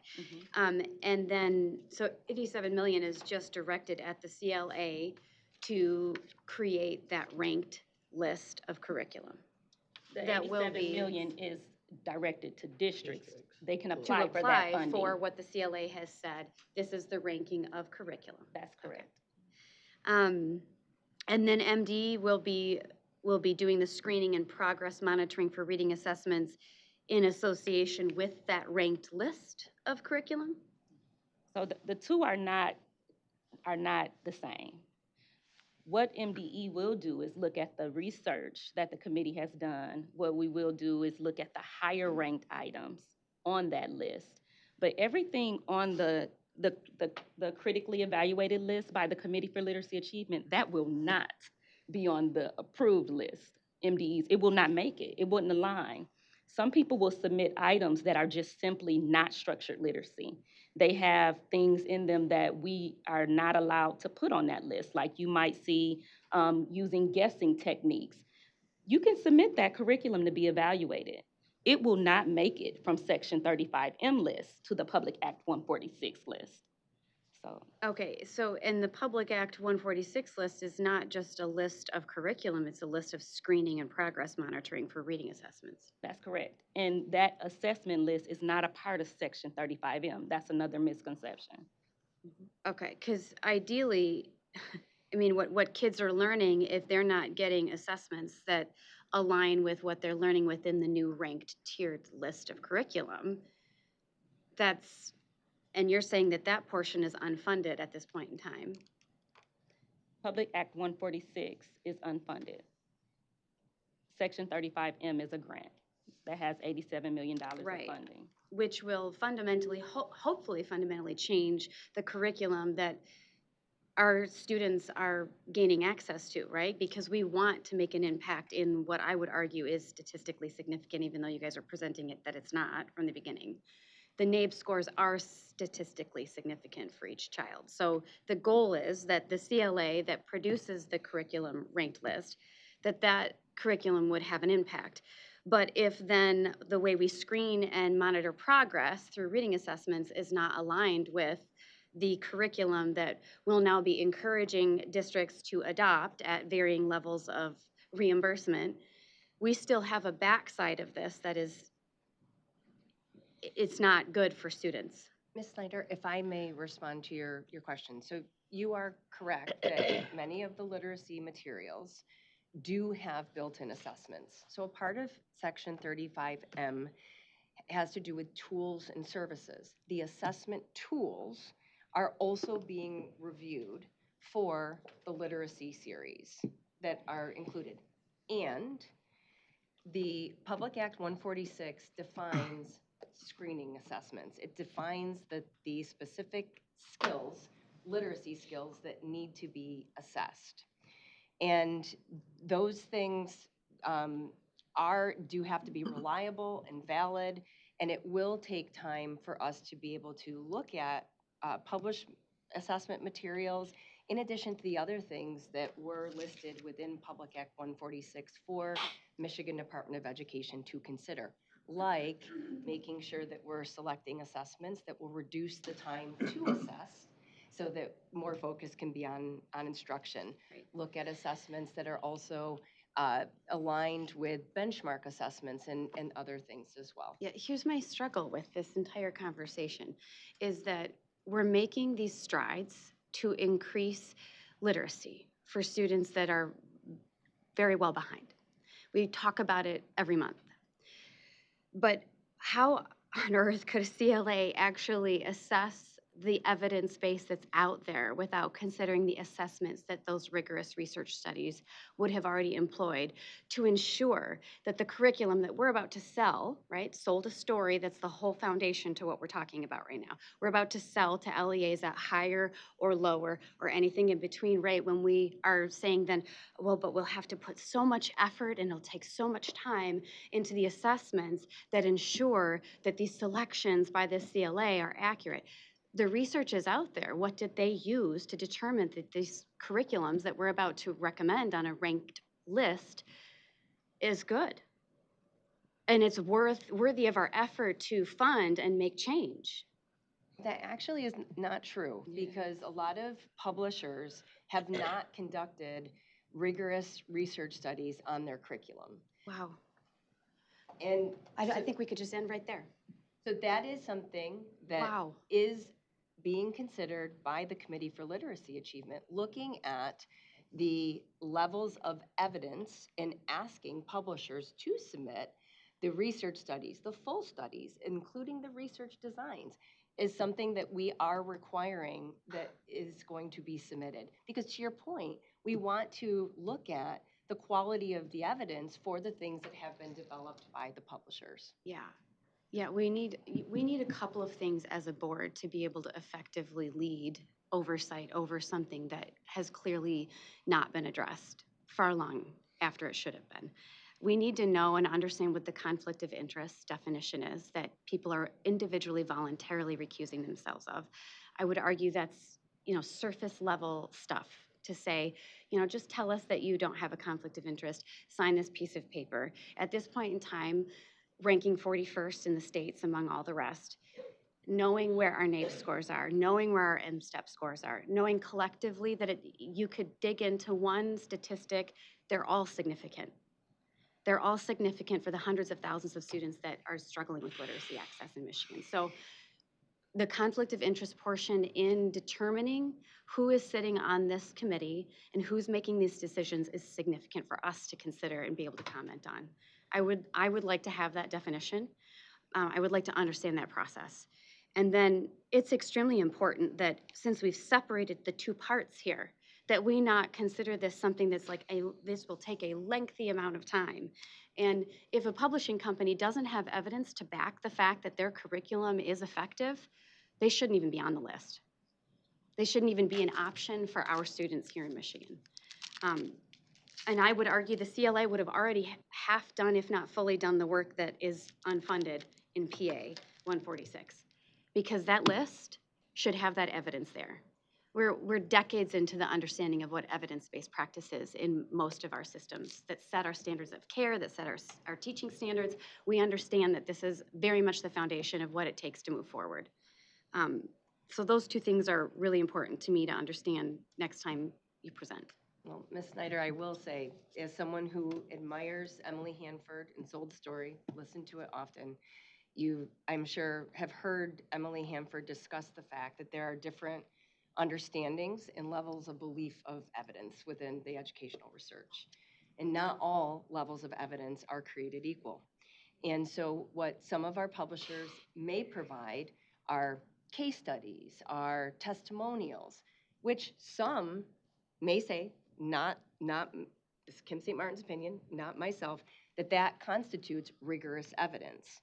So I just, as someone who applauds Okay, Emily so Hanford. let's add a And third. and you know what? We're gonna, I'm sorry, we're I'm not. gonna give Ms. Snyder one last Thank you. bite of the apple, and then we're gonna move to other board So, members, and we're gonna move to our I would next say the presentation third presenters. level of what we should be considering then at this table is what the standards are with which this committee is using to consider rigorous evidence base. Okay, so we've got, conflict of interest. What is the definition of that?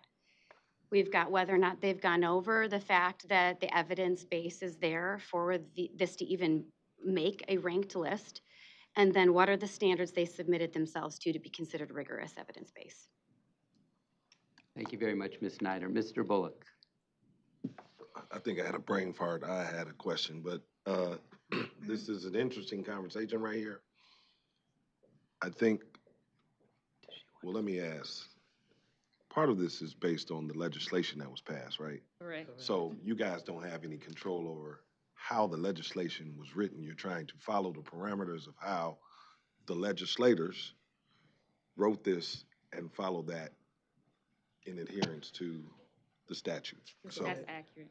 and so the committee doesn't do the purchasing of, That's correct. the districts do the purchasing of. Correct. So let's get the conspiracy theories out of there. I had a really good question somewhere. Somebody said something, but then my brain went to other places. I know that, like, first I was on the dyslexia, and I understand that those things, like the basic parameters, have now been put in place, but hasn't been executed yet, right? Is that where we are? Or where are we at with dyslexia as far as? So the Michigan Department of Education has been providing the technical assistance and participating in the training that we're required by law to develop. We are not at the point of publishing the list. That won't happen until January. Yeah, we're still in developmental stage. That's what I'm saying. That's like correct. We're just putting the guidelines in place, or however the development of that is. Then I had an off course question, because my brain went to the lawsuit, like the Right to Read lawsuit from the kids in Detroit, and like when that lawsuit, I wanted to know how that affected the rest of the state in the fundamental right to read, and how did that impact like some of these literacy implementation things, like, and because I don't know, I still don't know where we are in Detroit with the money and how they're spending it at DPSCD, and it's not that they're doing something crazy. I just haven't been following it that way. But I wanted to know, how did that impact, like that lawsuit in Detroit, how did that impact the rest of the state in knowing that there is a fundamental right to read, fundamental right to teach? Because if you don't have that, I think one of the arguments was, like, if I can't read, I don't know how to vote, I don't know how to fill out a tax return, I don't know how to pay my bills. And so that crazy argument that the state only had to provide schools and not, or a position, not the state, just somebody's position. So I had a whole lot in there. My brain was scrambling back to my original question, and I couldn't find it. So the settlement around the Detroit Right to Literacy lawsuit included a few elements. $93 million to DPSCD, number one, with a committee associated with the distribution of those dollars, as you know. So that's number one, because I believe you were in the legislature when that was approved. Yeah, I'm just Um, making sure And that, then, I'm sorry. and the second one was a piece of guidance that MDE was responsible for. But the right to literacy lawsuit, the settlement thereof, didn't change the fundamental structure within which children experience literacy in the state. It was still a local control state, run amok, for arguably the most important element of public education, early literacy. That early foundation is critical. It affects everything else developmentally downstream. And when you literally have 835 local school districts doing precisely what they want with literacy, irrespective of literacy outcomes, you're going to get what we've gotten, which is not sufficient. And when other states have worked on this issue, specifically the two states to which Ms. Rawls-Smith refers, Mississippi and North Carolina. I spoke with both of those state chiefs. What did they do? They narrowed and deepened their professional development. They narrowed and deepened their literacy materials. Well, you can't do it in a local control state unless you have a state statute, PA 146, that permits you to narrow and deepen the literacy materials, to narrow and deepen the professional development, which is what we're doing here. And we pushed for PA 146. We actively pushed for this legislation, now law, and likewise for 147 on the pre-service. So y'all let him answer. Because that was where my brain was going, is where, like, how did that lawsuit affect us thinking in terms of equitable education? That's where my original brain, he brought me back a little bit to how did that impact us, knowing that we got to do a little more over here than we do over here to at least get everybody in the same radius. So, I don't know. Thank you. Was that a question or comment at the end of the day? They're both questions and comments, because I was asking how did that impact the rest of the state and our thinking and planning and a strategic input into making sure the rest of the state meets that requirement. It affected our interest in letters training and driving letters training. It affected our interest in dyslexia, the dyslexia handbook, which was put out, which was created in the year or two before 2022, and then the distribution of that, and the dyslexia trainings and summit that you just heard about. But in terms of the ability to narrow and deepen the materials, narrow and deepen the professional development, we need a state statute to do that. All right. Again, thank you for your presentation and clearing up the misconceptions. Ms. Lipton and Dr. Pugh, and then we're going to pivot to our next presentation. Didn't see my hand. I beg your pardon. Ms. Lipton, Ms. Tilley, and Dr. Pugh. Thank you. I wanted to thank you for the presentation. I think that what you've showed is a really good demonstration of how the statute is going to be implemented thoroughly, as well as, in a way that will give local school districts the ability to, have some certainty in the information that they're getting, that it has been reviewed, it has been ranked. School districts, I think, need that guidance, and I think that what the department is doing, what you all have been working on, is really, I think, a great way of carrying out the spirit of the statute. I also think that we're going to have to, these types of changes are so profound that it's going to take, I think, some time for them to actually filter into the classroom and have their results. So I think sometimes, as policymakers, people pass laws and then they just want the change to happen overnight. And I just think that that's just not realistic. I think it's going to take a little bit of time for the system to shift, but I have confidence that that we are going to see an improvement with the thoughtful way that the department is going about carrying out the language of the statute. So thank you. Thank you, Ms. Lipton. Ms. Tilly?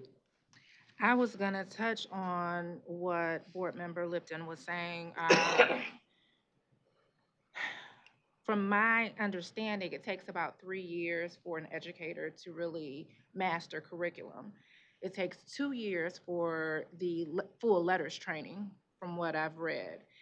And 5 years is consistent for the gains that Mississippi saw.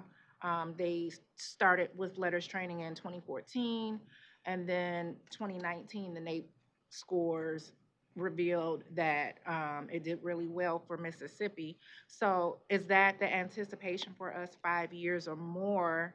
And then also, they touched on the additional support systems that are needed, because from what I've read, that with the training alone, that is not going to be sufficient in order for educators to really move the needle. So I know he said dyslexia training and named a few other things. However, what PD recommendations are you giving for local districts? So we've asked the literacy unit, when I say we, here at MDE, along with my MTSS-TA Center, we have asked that everyone start with the MDE dyslexia handbook. And we've also asked that they either attend or invite us to come to their district, their ISD, to present the Literacy for All presentation that is aligned with that handbook. The content of the MDE handbook is nestled right inside of PA 146. You'll find the definition of dyslexia, you'll find elements of structured literacy, it's all nestled there. And because this handbook has already been in place, we've asked that everyone, let's start there with something we've already had in our hands. In addition to that are some of the listings that you saw throughout the presentation. Our unit, the MyMTSS TA Center, we've been offering that type of technical support around characteristics of dyslexia, because PA 146 and PA 147 are not designed to diagnose dyslexia. It's really just to identify characteristics, help educators understand the consequences of dyslexia, the secondary consequences of dyslexia, and then begin to provide that training throughout the state by the 27-28 school year, for there to be training, there to be curriculum resources, assessments, and things in place inside of our districts that can move that needle. So when you mention the research around how long it takes, that is all accurate, you know? So if let's say the expectation is that everyone implements what we've discussed from PA 146 during the 27-28 school year. 5 years from there, that time. But I believe if we take a kindergarten class at the start of a year and we implement structured literacy in the way that this law is designed, you will see the results. You will see the results. But as a state, your data is accurate. Your data is accurate. And two, because in order to see those results, first they have to get trained. The educators have to get trained. What's the percentage of dyslexia in Michigan? Do you know? I don't have that data. The national data is between 5 and 15%, but dyslexia is also synonymous with a word level reading disability, and so that is some additional information that we can provide you with. So, okay. but the national statistics ranges between 5 to 15%.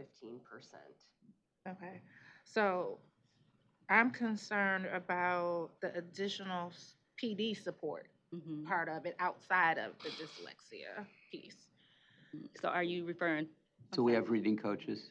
We are required by PA 146 to standardize the reading coaching model. And that will be tremendously helpful to create a reading coaching model that is abided by coaches across the state. And we think that that will be helpful. So we agree with you. We think that there is a need for strengthening the coaching, narrowing it, deepening it, getting on one page. When I spoke with the North Carolina superintendent, 115 districts in the state of North Carolina, 835 LEAs in Michigan, 56 ISDs, fourth largest in the state. Mississippi, fewer than North Carolina. Superintendent Wright, who was in Mississippi, went back to Maryland several years after her Mississippi superintendency. She retired. She failed retirement, and now she's the state commissioner in Maryland. There are 24 districts in Maryland. She could meet with the 24 local superintendents in this room. We can't get 835 superintendents in this room, and even if we could, they're not on the same page statutorily. But our exception is PA 146, which is going to narrow and deepen what we do in early literacy. It is going to be an exception, and an important exception, to local control in the state. What is the budget for reading coaches? Are they going to implement new people into the field for this, or are they? What's the plan for this? So there are three. We can get you more information on it. Yep. There is a line in the budget for reading coaches at the ISD level. That's number one. Two, as you will hear this afternoon, the governor has recommended an expansion of that line in her fiscal year 26 executive budget recommendation. And three, there are reading coaches that aren't at the ISD level, they're at the LEA level, and they are being funded by local school districts. And we do not have the specifics on those because it is so diffuse. But we have hundreds of reading coaches across the state. Thank you. Okay, thank you. We're going to go to Dr. Pugh for a benediction, and then we're going to hear our third and final presentation prior to lunch, because this presentation, though very, very rich and very, very important, is not our last before lunch. Go ahead. And I do thank you for the presentation, lots of information to unpack, so thank you for making that very clear. Senator Bullock asked a question, and you know that I just couldn't pass up on providing some additional response to that. In uplifting those 7 school children who did sue the state of Michigan for a right to literacy, looking at equitable education, the Michigan Department of Education was able to definitely apply, pull positivity and apply those outcomes of that lawsuit in many different ways. But to your question, Senator Bullock, it was probably like a little under a month that there was precedence that was set. And in April of 2020, the Sixth Circuit Court of Appeals did issue the landmark decision that an education that at least guaranteed a basic right to literacy was a fundamental right. Unfortunately, in unprecedented fashion, we had 2 board members here who used taxpayer dollars to call for an en banc. When that ruling was passed down, it was a 3-member bench. And so what they called for was the remaining members of the bench. They joined with groups across the country to call for the full 16 members of the Sixth Circuit Court to rehear the case and vacate the previous opinion, not reversing it for the children of Detroit, but because it was no longer precedent, it didn't apply to the states that are under the Sixth Circuit Court. We came very close to a monumental case. They did make a lot of strides, those 7 children, and I guess in the essence of Black history, I love to be able to uplift them as well. Thank you, Dr. Pugh. Presenters, thank you very much. We appreciate you. We appreciate your hard work. It is very, very complicated. We will keep the lights on. You will be back soon. Thank you so much. Board, it is 11:51. The next item on today's agenda is a presentation on partnership districts. This presentation will feature an update on our partnership district model and the status of our partnership district agreements. We welcome our presenters, Dr. Susie Carnell, Chief Deputy Superintendent, Ms. Gloria Chapman, Director in the Office of Partnership Districts, and Dr. Yvonne Dixon, the Assistant Director in the Office of Partnership Districts. This is an informational presentation. No board action is required. Presenter is welcome. Thank you, Dr. Rice. Good morning, board members. It is such a pleasure to be between you and lunch right now. So we look forward to having a rapid presentation on the update of partnership districts. We're going to be focusing on the 18-month benchmark review, which is also a structured conference. The agenda. Sorry. Okay. The agenda that we have for you today, we will give you a refresher on partnership districts. So just a brief overview about partnership districts and the laws that guide our work through partnership districts or with partnership districts. We'll also talk about the benchmark review through a structured conference. We'll talk about the progress of our partnership districts through this review, and then we'll talk about our next steps. And with that, I'll turn it over to Ms. Gloria Chapman. Okay. Thank you, Dr. Carnell, and good morning. And I am aware we are up against that lunch, so we will make this thorough and comprehensive. So as a reminder, we will begin with the statutes. Oops, sorry, I need to go back one. Okay. My fingers are always so fast. And Now hit return. Return? Or the enter? Okay. Okay. So as a reminder, we will begin with the statutes that direct and guide partnership district work. The Office of Partnership District follows requirements in the Federal Every Student Succeeds Act, ESSA, and the Michigan Compiled Law. To meet this obligation, Michigan provides technical assistance through the partnership district model. The partnership model uses a collaborative approach to facilitate academic achievement improvements and helps to build the capacity of the district and its partners to develop and sustain turnaround efforts. How are partnership districts identified? Schools are identified to be in a partnership agreement with the Office of Partnership Districts who meet the following criteria. They're in the bottom 5% on the Michigan School Index and/or schools with a 4-year graduation rate of 67% or less. Districts in a partnership agreement may also have schools identified for comprehensive support and improvement that do not meet partnership agreement entrance criteria. For example, there are alternative education high schools, virtual schools, schools identified for CSI due to unimproved math or ELA proficiency, as well as schools identified for CSI due to not exiting additional targeted support status. Let's review quickly the number of partnership districts. Currently, we have 45 districts, 18 are traditional districts, and 27 are public school academies. 136 schools were identified for CSI, and 99 schools were identified in partnership agreements. There are 37 CSI schools that are not in partnership agreements.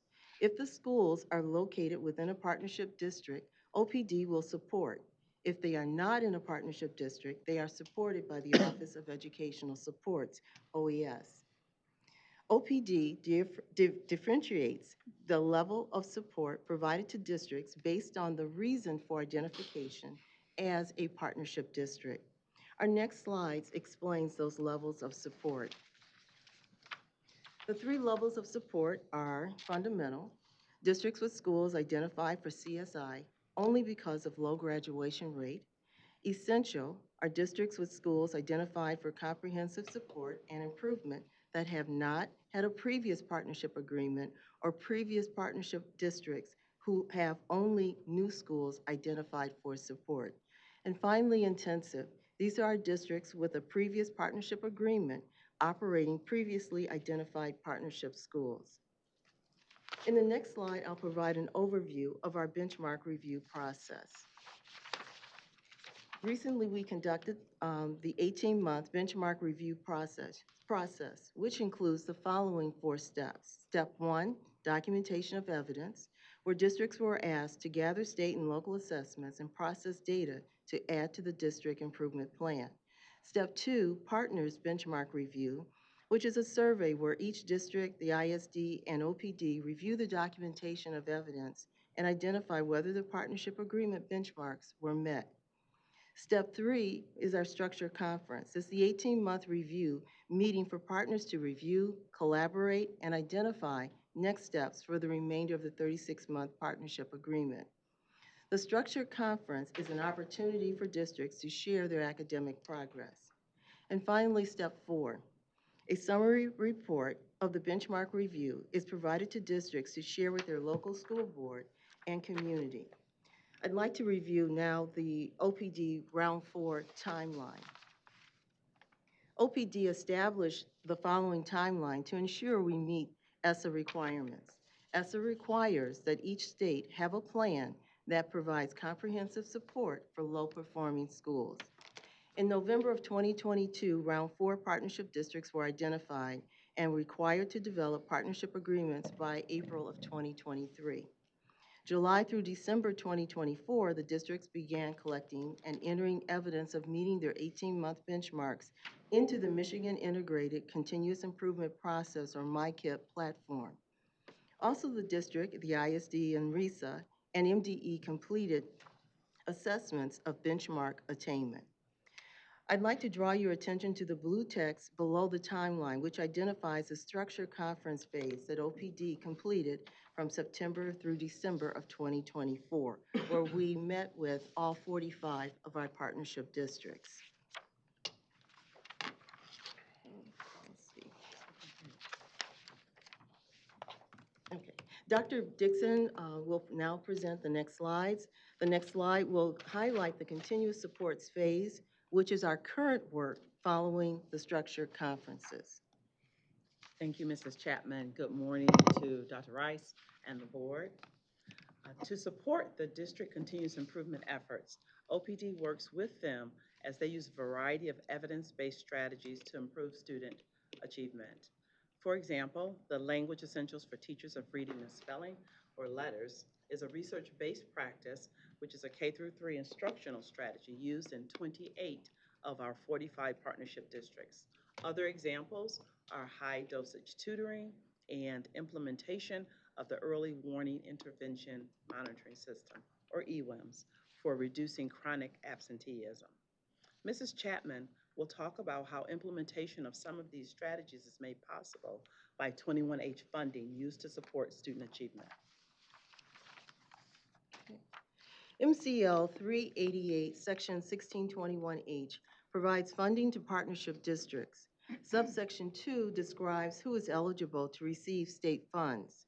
A district must have at least one school identified as low-performing under the accountability system. The following slide describes what districts must do in order to receive funds.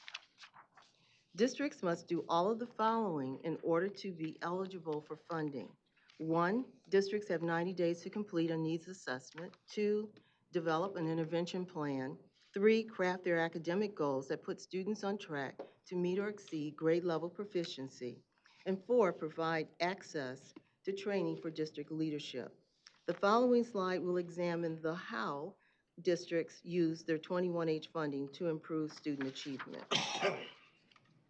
MDE received supplemental funding for partnership district initiatives that required multi-year funding.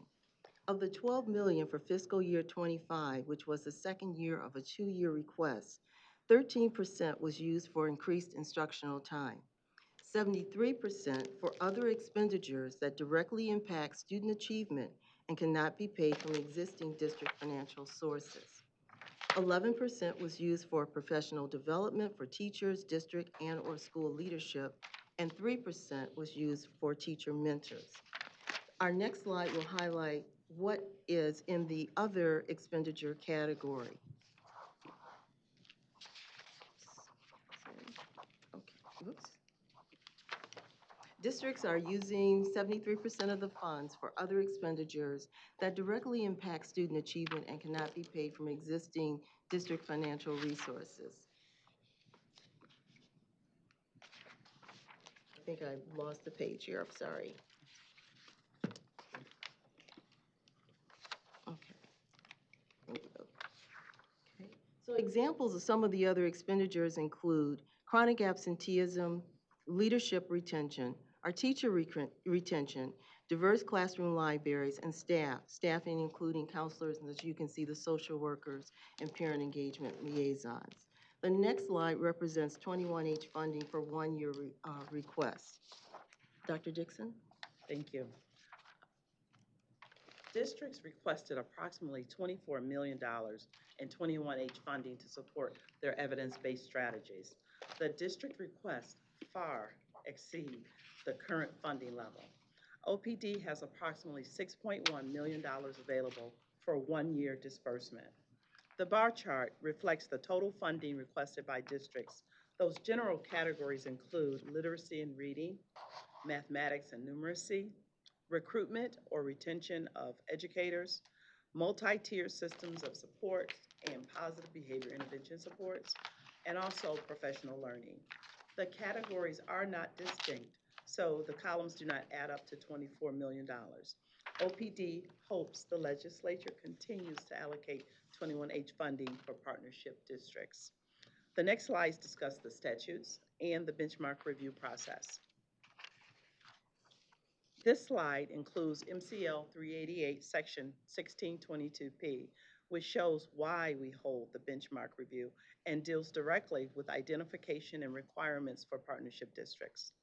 A district or public school academy assigned as a partnership district must have a signed 36-month partnership agreement, which includes measurable academic outcomes that the district or school will achieve after 18 and 36 months.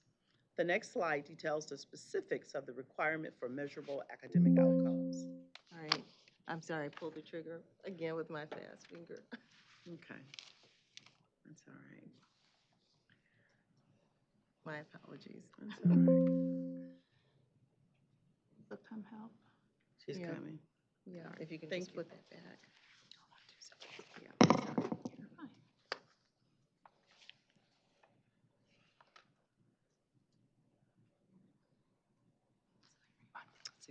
16. Right there. Next one, yeah. Yeah. Thank you so Okay, very much. Thank you. Section 22P requires measurable outcomes that include, 1, outcomes to put students on track to meet or exceed grade level proficiency. 2, either at least one proficiency or growth outcome based on state assessment, or at least one proficiency or growth outcome based on benchmark assessment. 3, outcomes to measure high school graduation rates. And 4, outcomes that measure attendance rates. The measurable outcomes are reviewed as part of the required 18-month benchmark review. The following slide provides an overview of the process.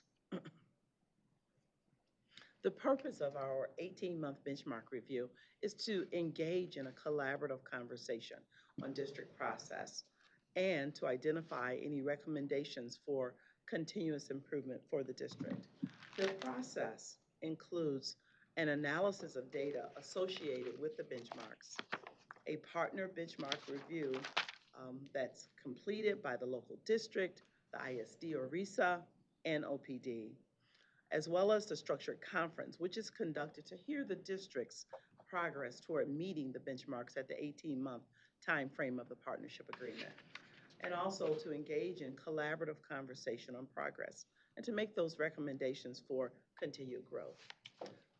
The fourth element is the summary report, which is provided to the district to share with the local Board of Education and their community.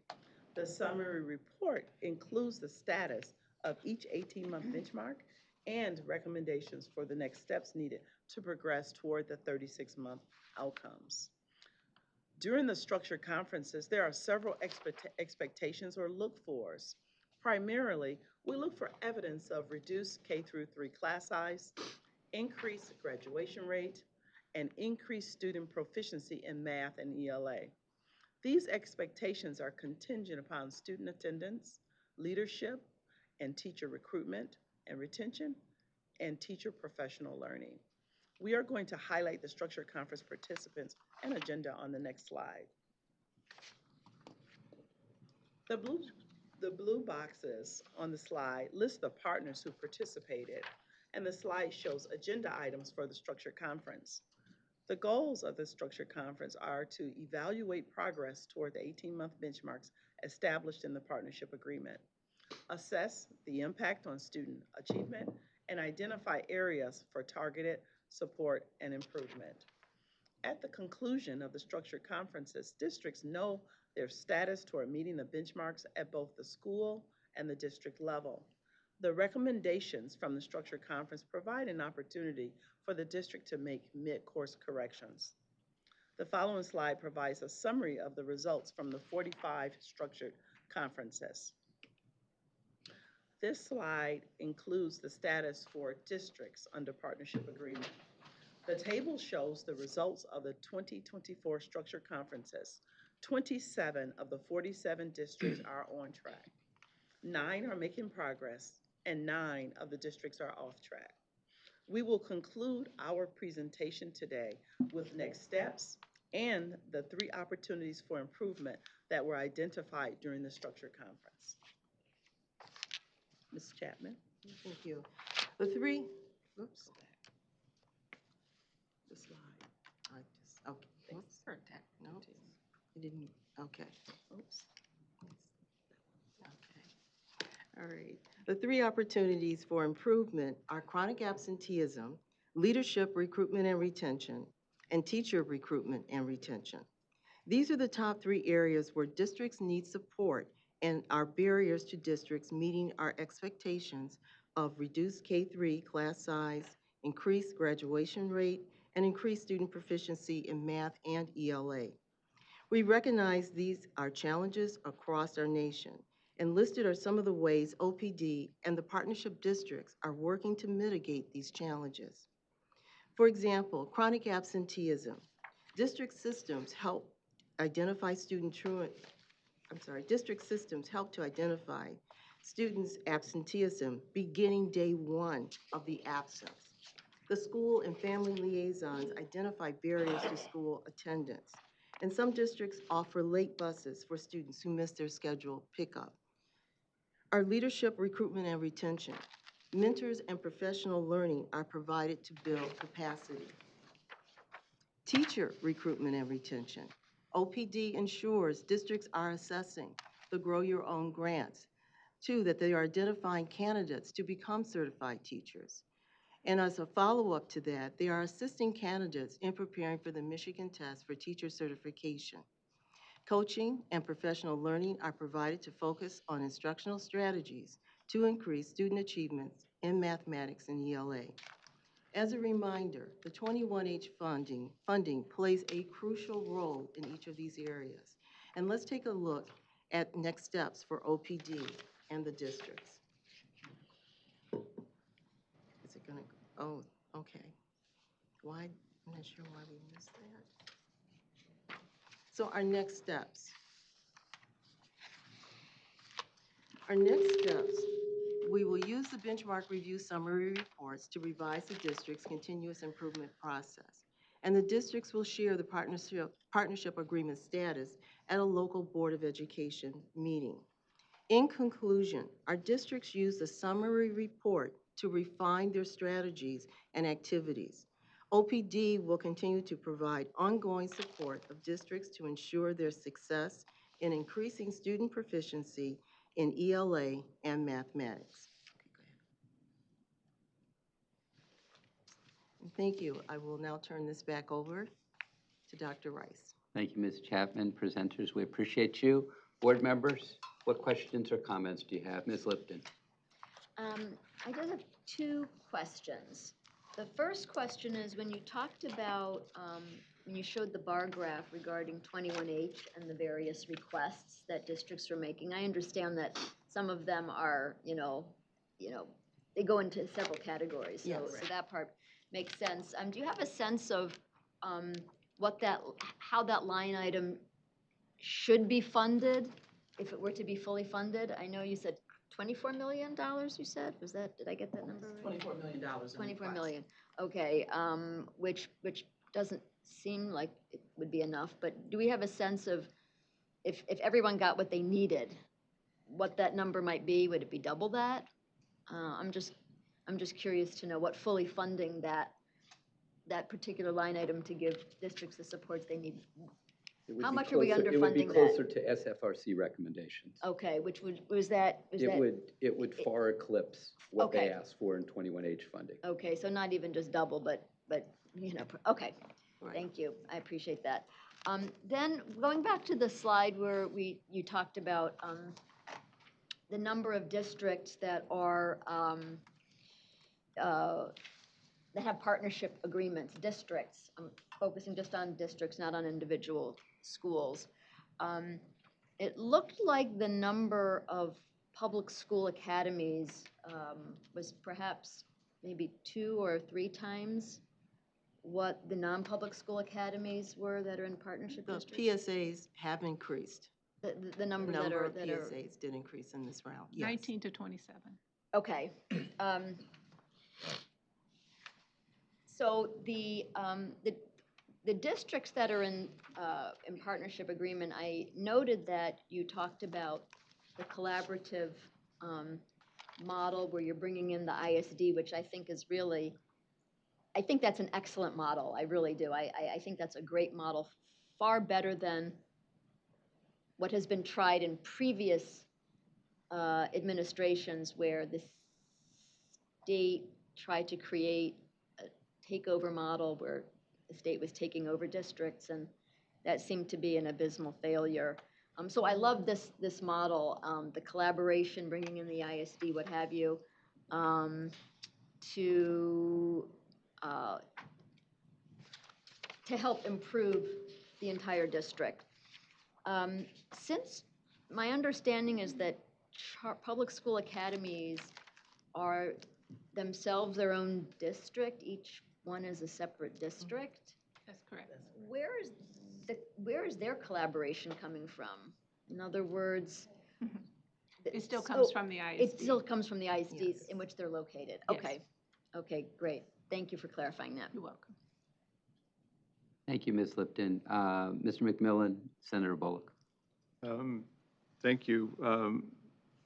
Hoping maybe we can get a little bit more time in the future, maybe next month or 2 or 3.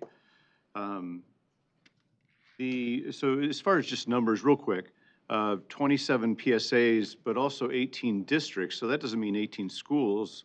As a matter of fact, I think it says 99 schools. So if there's 99 schools, 27 of which are PSAs, that means 72 schools would be traditional schools. Is that roughly the right way to look at that? Okay. Yes.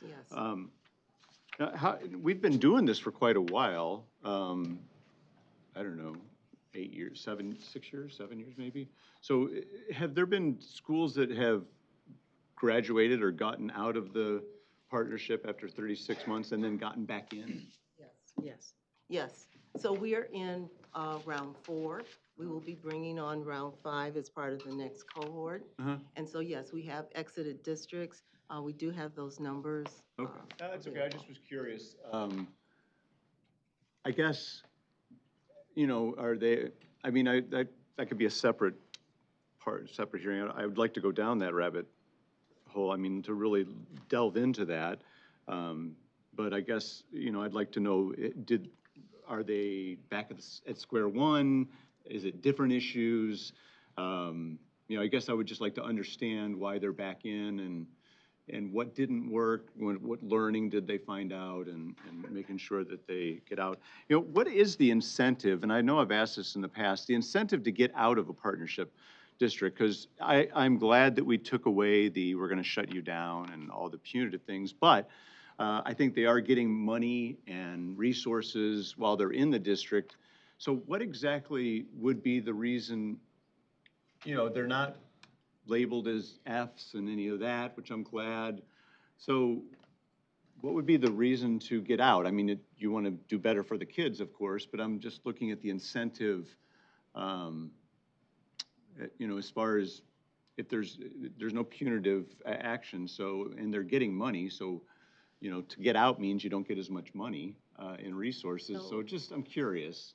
So the first thing that we always hear when a district is identified as a partnership district, the first thing they want to know is, A, why am I here? Uh, And the second thing is, how do I get out of the partnership, right? Okay. No one wants to be labeled. So our goal is to help the districts to create that sustainability because we do want them, if we're doing our job correctly, they should be able to move forward. The other piece, the ISD and the RISA and how they have helped to support and collaborate because partnership districts will go away and districts will continue to work with their ISD. So we want to forge that relationship. The incentive to get out of the partnership agreement is student academic outcomes that you have increased, that you are able to do the things that students come to school for on a daily basis and make those improvements. And I know I kind of want to go quick because I know lunch is knocking, but just, what is, it seems like they could get out of the partnership district simply by doing things that kind of circumvent the system. Like, let's just make sure we're better test takers. Well, that'll help you get out of it. Let's just move kids, I'm not saying anybody's doing this. Let's just move kids through the system, quick, social promotion so that we have higher graduation rates. That'll get them out. So, I mean, how do we make sure that those are not being kind of, they're not gaming the system. They're just, again, I know it's because it wouldn't help the kids, and that is a great reason, but as far as, other incentives, I'm always looking at the incentives. I Are think they the good incentives incentives? are SEP goals for the mission. Yes, for the SEP, state educational goals that we have for the state of Michigan. Those goals, improving literacy. We know that students, we need to improve that. You just heard the last presentation. So what is the outcome of this? Students are able to become lifelong learners. Students are able to perceive, or not perceive, but students are able to go out into the workforce, to live their dreams, to have their aspirations met. And they can only do that if they receive the quality education that's needed. Mr. McMillan, may I add to that? You are right. There are times when districts do say that our students need to be better test takers. They do, It is a comprehensive look at how to increase achievement. It's not only how do we help them be better test takers, because we do have students who are not good at taking tests. It is how do we provide a better curriculum? How do we have voices at the table from the parent? How do we have collaboration from the ISD? So it's a mixture of everything. And how do we help with not gaming the system? It is Gloria and Yvonne going out to the district saying, okay, what are you working on next? So they can't game the system if they know with these monthly visits with their pals, their partnership liaisons, that they're doing something completely different. Their meetings with their pals show what they're working on. Okay. Does that help? Okay, yeah, that helps. Okay. 30 seconds. And then I would also, like the previous presentation, I would advocate for third-party anonymous surveying of the students and the parents as they're going into the partnership and as they're leaving. Our statistics may say that things have improved, but I'd like to hear if they truly believe it's improved. Right. And so, I'd like that focus to be on, making sure that, that their concerns, not just numbers and grades for each, but I'd like, for in-depth questions and open questions coming out. And I would really advocate for something like that. And third party, no filtering by people that might have reasons to, stifle or not have some answers mentioned, but that's. If I can address that, thank you for that. So we do have University of Michigan, the Epic Center, providing third-party interviews with the districts and with the staff to give a picture of how we're doing, because we didn't want to be the ones surveying folks and saying how we're doing. So we did have some. And staff, I forgot to say that. Students, parents, and certainly staff. Yeah, thank you. Right, so it's Epic at MSU that it's done a number of studies. They have a long-term contract, and there are surveys associated. But I'd with love that. it to be students and parents. It sounds like staff, which is good, but I'd love it to be others as well. Right, understood. I think the other thing that we have, which is not an explicit survey, but it's an implicit survey, is people voting with their feet. Yeah. Yeah. I'd like to give them more choice, but yeah. Understood. Yeah, we could have that conversation. Okay, Senator Bullock, Ms. Tilley, Ms. Snyder. Quickly, I was gonna say almost the same thing. Like, people vote with their feet, and people have no problem complaining about when something's not good. Next steps, the opportunities for improvements.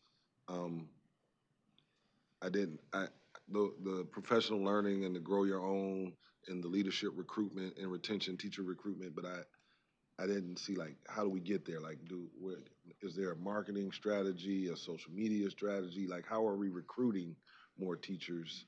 And I don't see it. Like, is it something that can be seen? And then with the partners in chronic absenteeism, I know I've said it at the table before, it's like, do we identify, and they're all different, why they're not coming? So is it, if they're hungry, are we promoting that there's free breakfast Yes, and lunch? If it's yes. something at home, are we getting them some resources?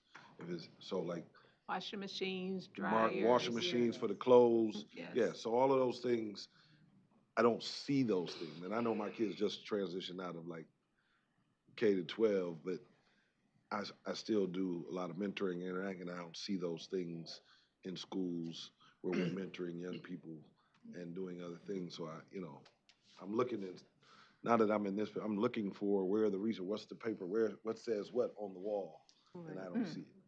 Right. So, you mentioned washer and dryers, making sure, so it's not just the washer and dryer and the installation of the Yeah. washer and dryers, right? And so, all of those barriers in terms of students being able to, come to school, understanding what prevents them.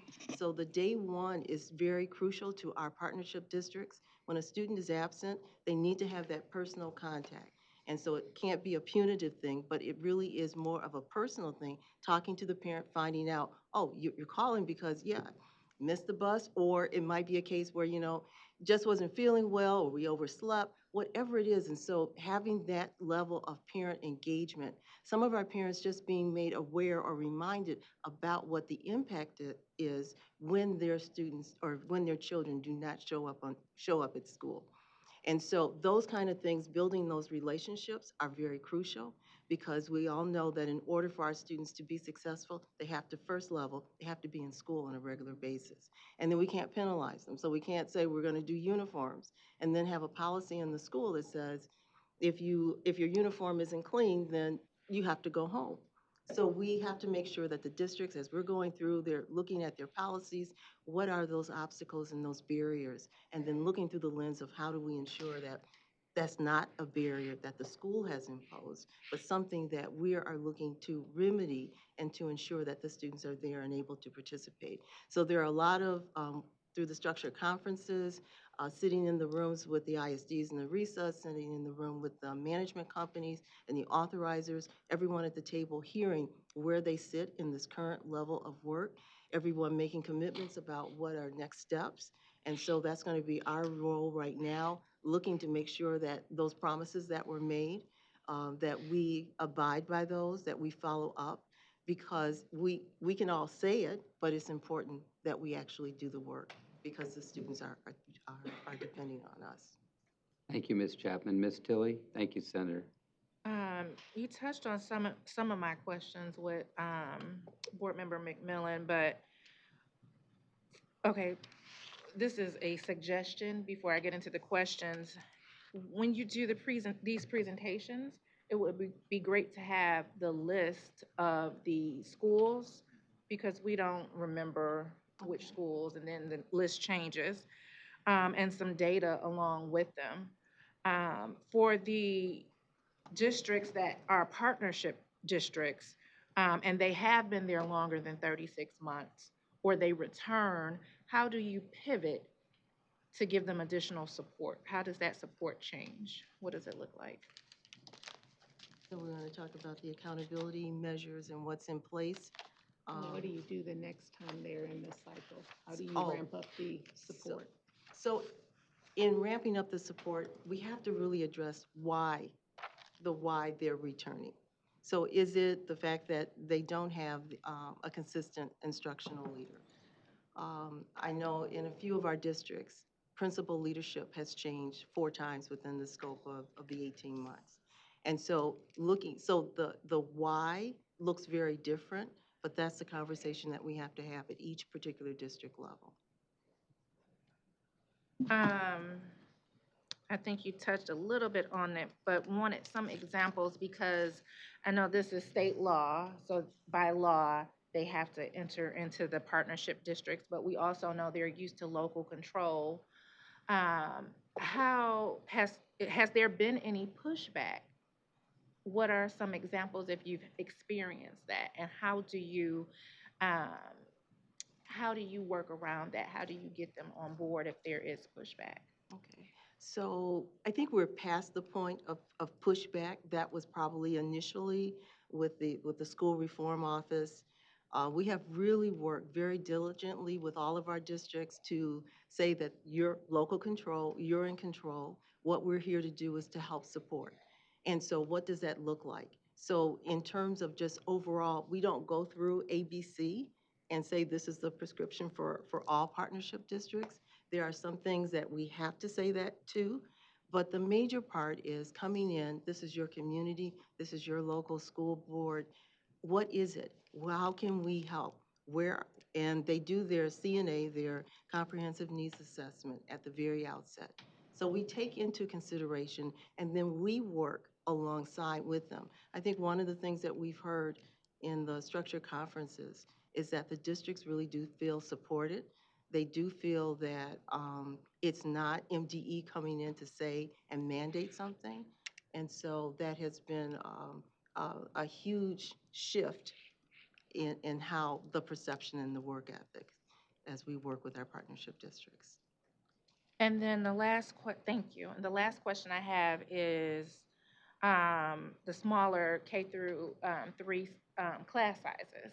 How do you accomplish that? Because I know, when I was working in the schools, there was a restraint with the infrastructure. There's only so much space in some of the elementary schools. And I'm sure it differs depending on the district. Are you splitting it up to 2 classrooms in some of the districts? Are students getting pushed away? Are you bringing on additional teachers? And then are you also bringing on additional support staff? Because I know in kindergarten classrooms, there was normally additional support staff the whole day, but in those first grade through third grade classrooms, they often did not have the support staff they needed, especially when they needed parapros. So how are you assisting in these areas? So again, working with the superintendents, working with the principals in those schools, what is it in terms of staffing, current staffing that you have available? What are the parapros doing? What does that look like? What additional training do they need in order to support their roles? How can they push in more in terms of the K through 3 band? Because we know how important it is for students to get a really good start in their overall literacy development. So it's a variety of different things. There isn't one set thing. We're not going in and say you must reduce class sizes. What we're asking is, as you look at the overall staffing that you do have available, how can we? Are there opportunities where you can have a smaller kindergarten classroom instead of having 30 kids in kindergarten? So how do you accomplish that? It might be with the 21H funding, to provide additional funding to support and pay for the additional parapros or some other assistance that they may need to support that. Thank you. Thank you, Ms. Tilley. Anyone else for the good of the group? Ms. Snyder. I am just curious about slide 17, and you said there are 31 schools in the partnership agreement district status that are on track. And then it says either of the following applies, 1 proficiency or growth outcome based on state assessments, or 1 proficiency or growth outcome based on benchmark assessments. My question is, of all the 31 districts that are on track, do they meet 1 or both of those? And is that something the state legislation has prescribed or federal? It is required that amongst their benchmark benchmarks that they establish, that they must include at least one state assessment. Okay. So for those 31 districts that are on track, they have had one proficiency or growth outcome based on state Absolutely. and local? Yes. Or one or the other? Both. Okay, got it. Understood. Any other questions? You good? Okay, very good. Presenters, thank you so much. We appreciate it. Board, we're at 12:31. We are adjourned for lunch. We will reconvene at 1:15 for the afternoon session. 1:15 for the afternoon session.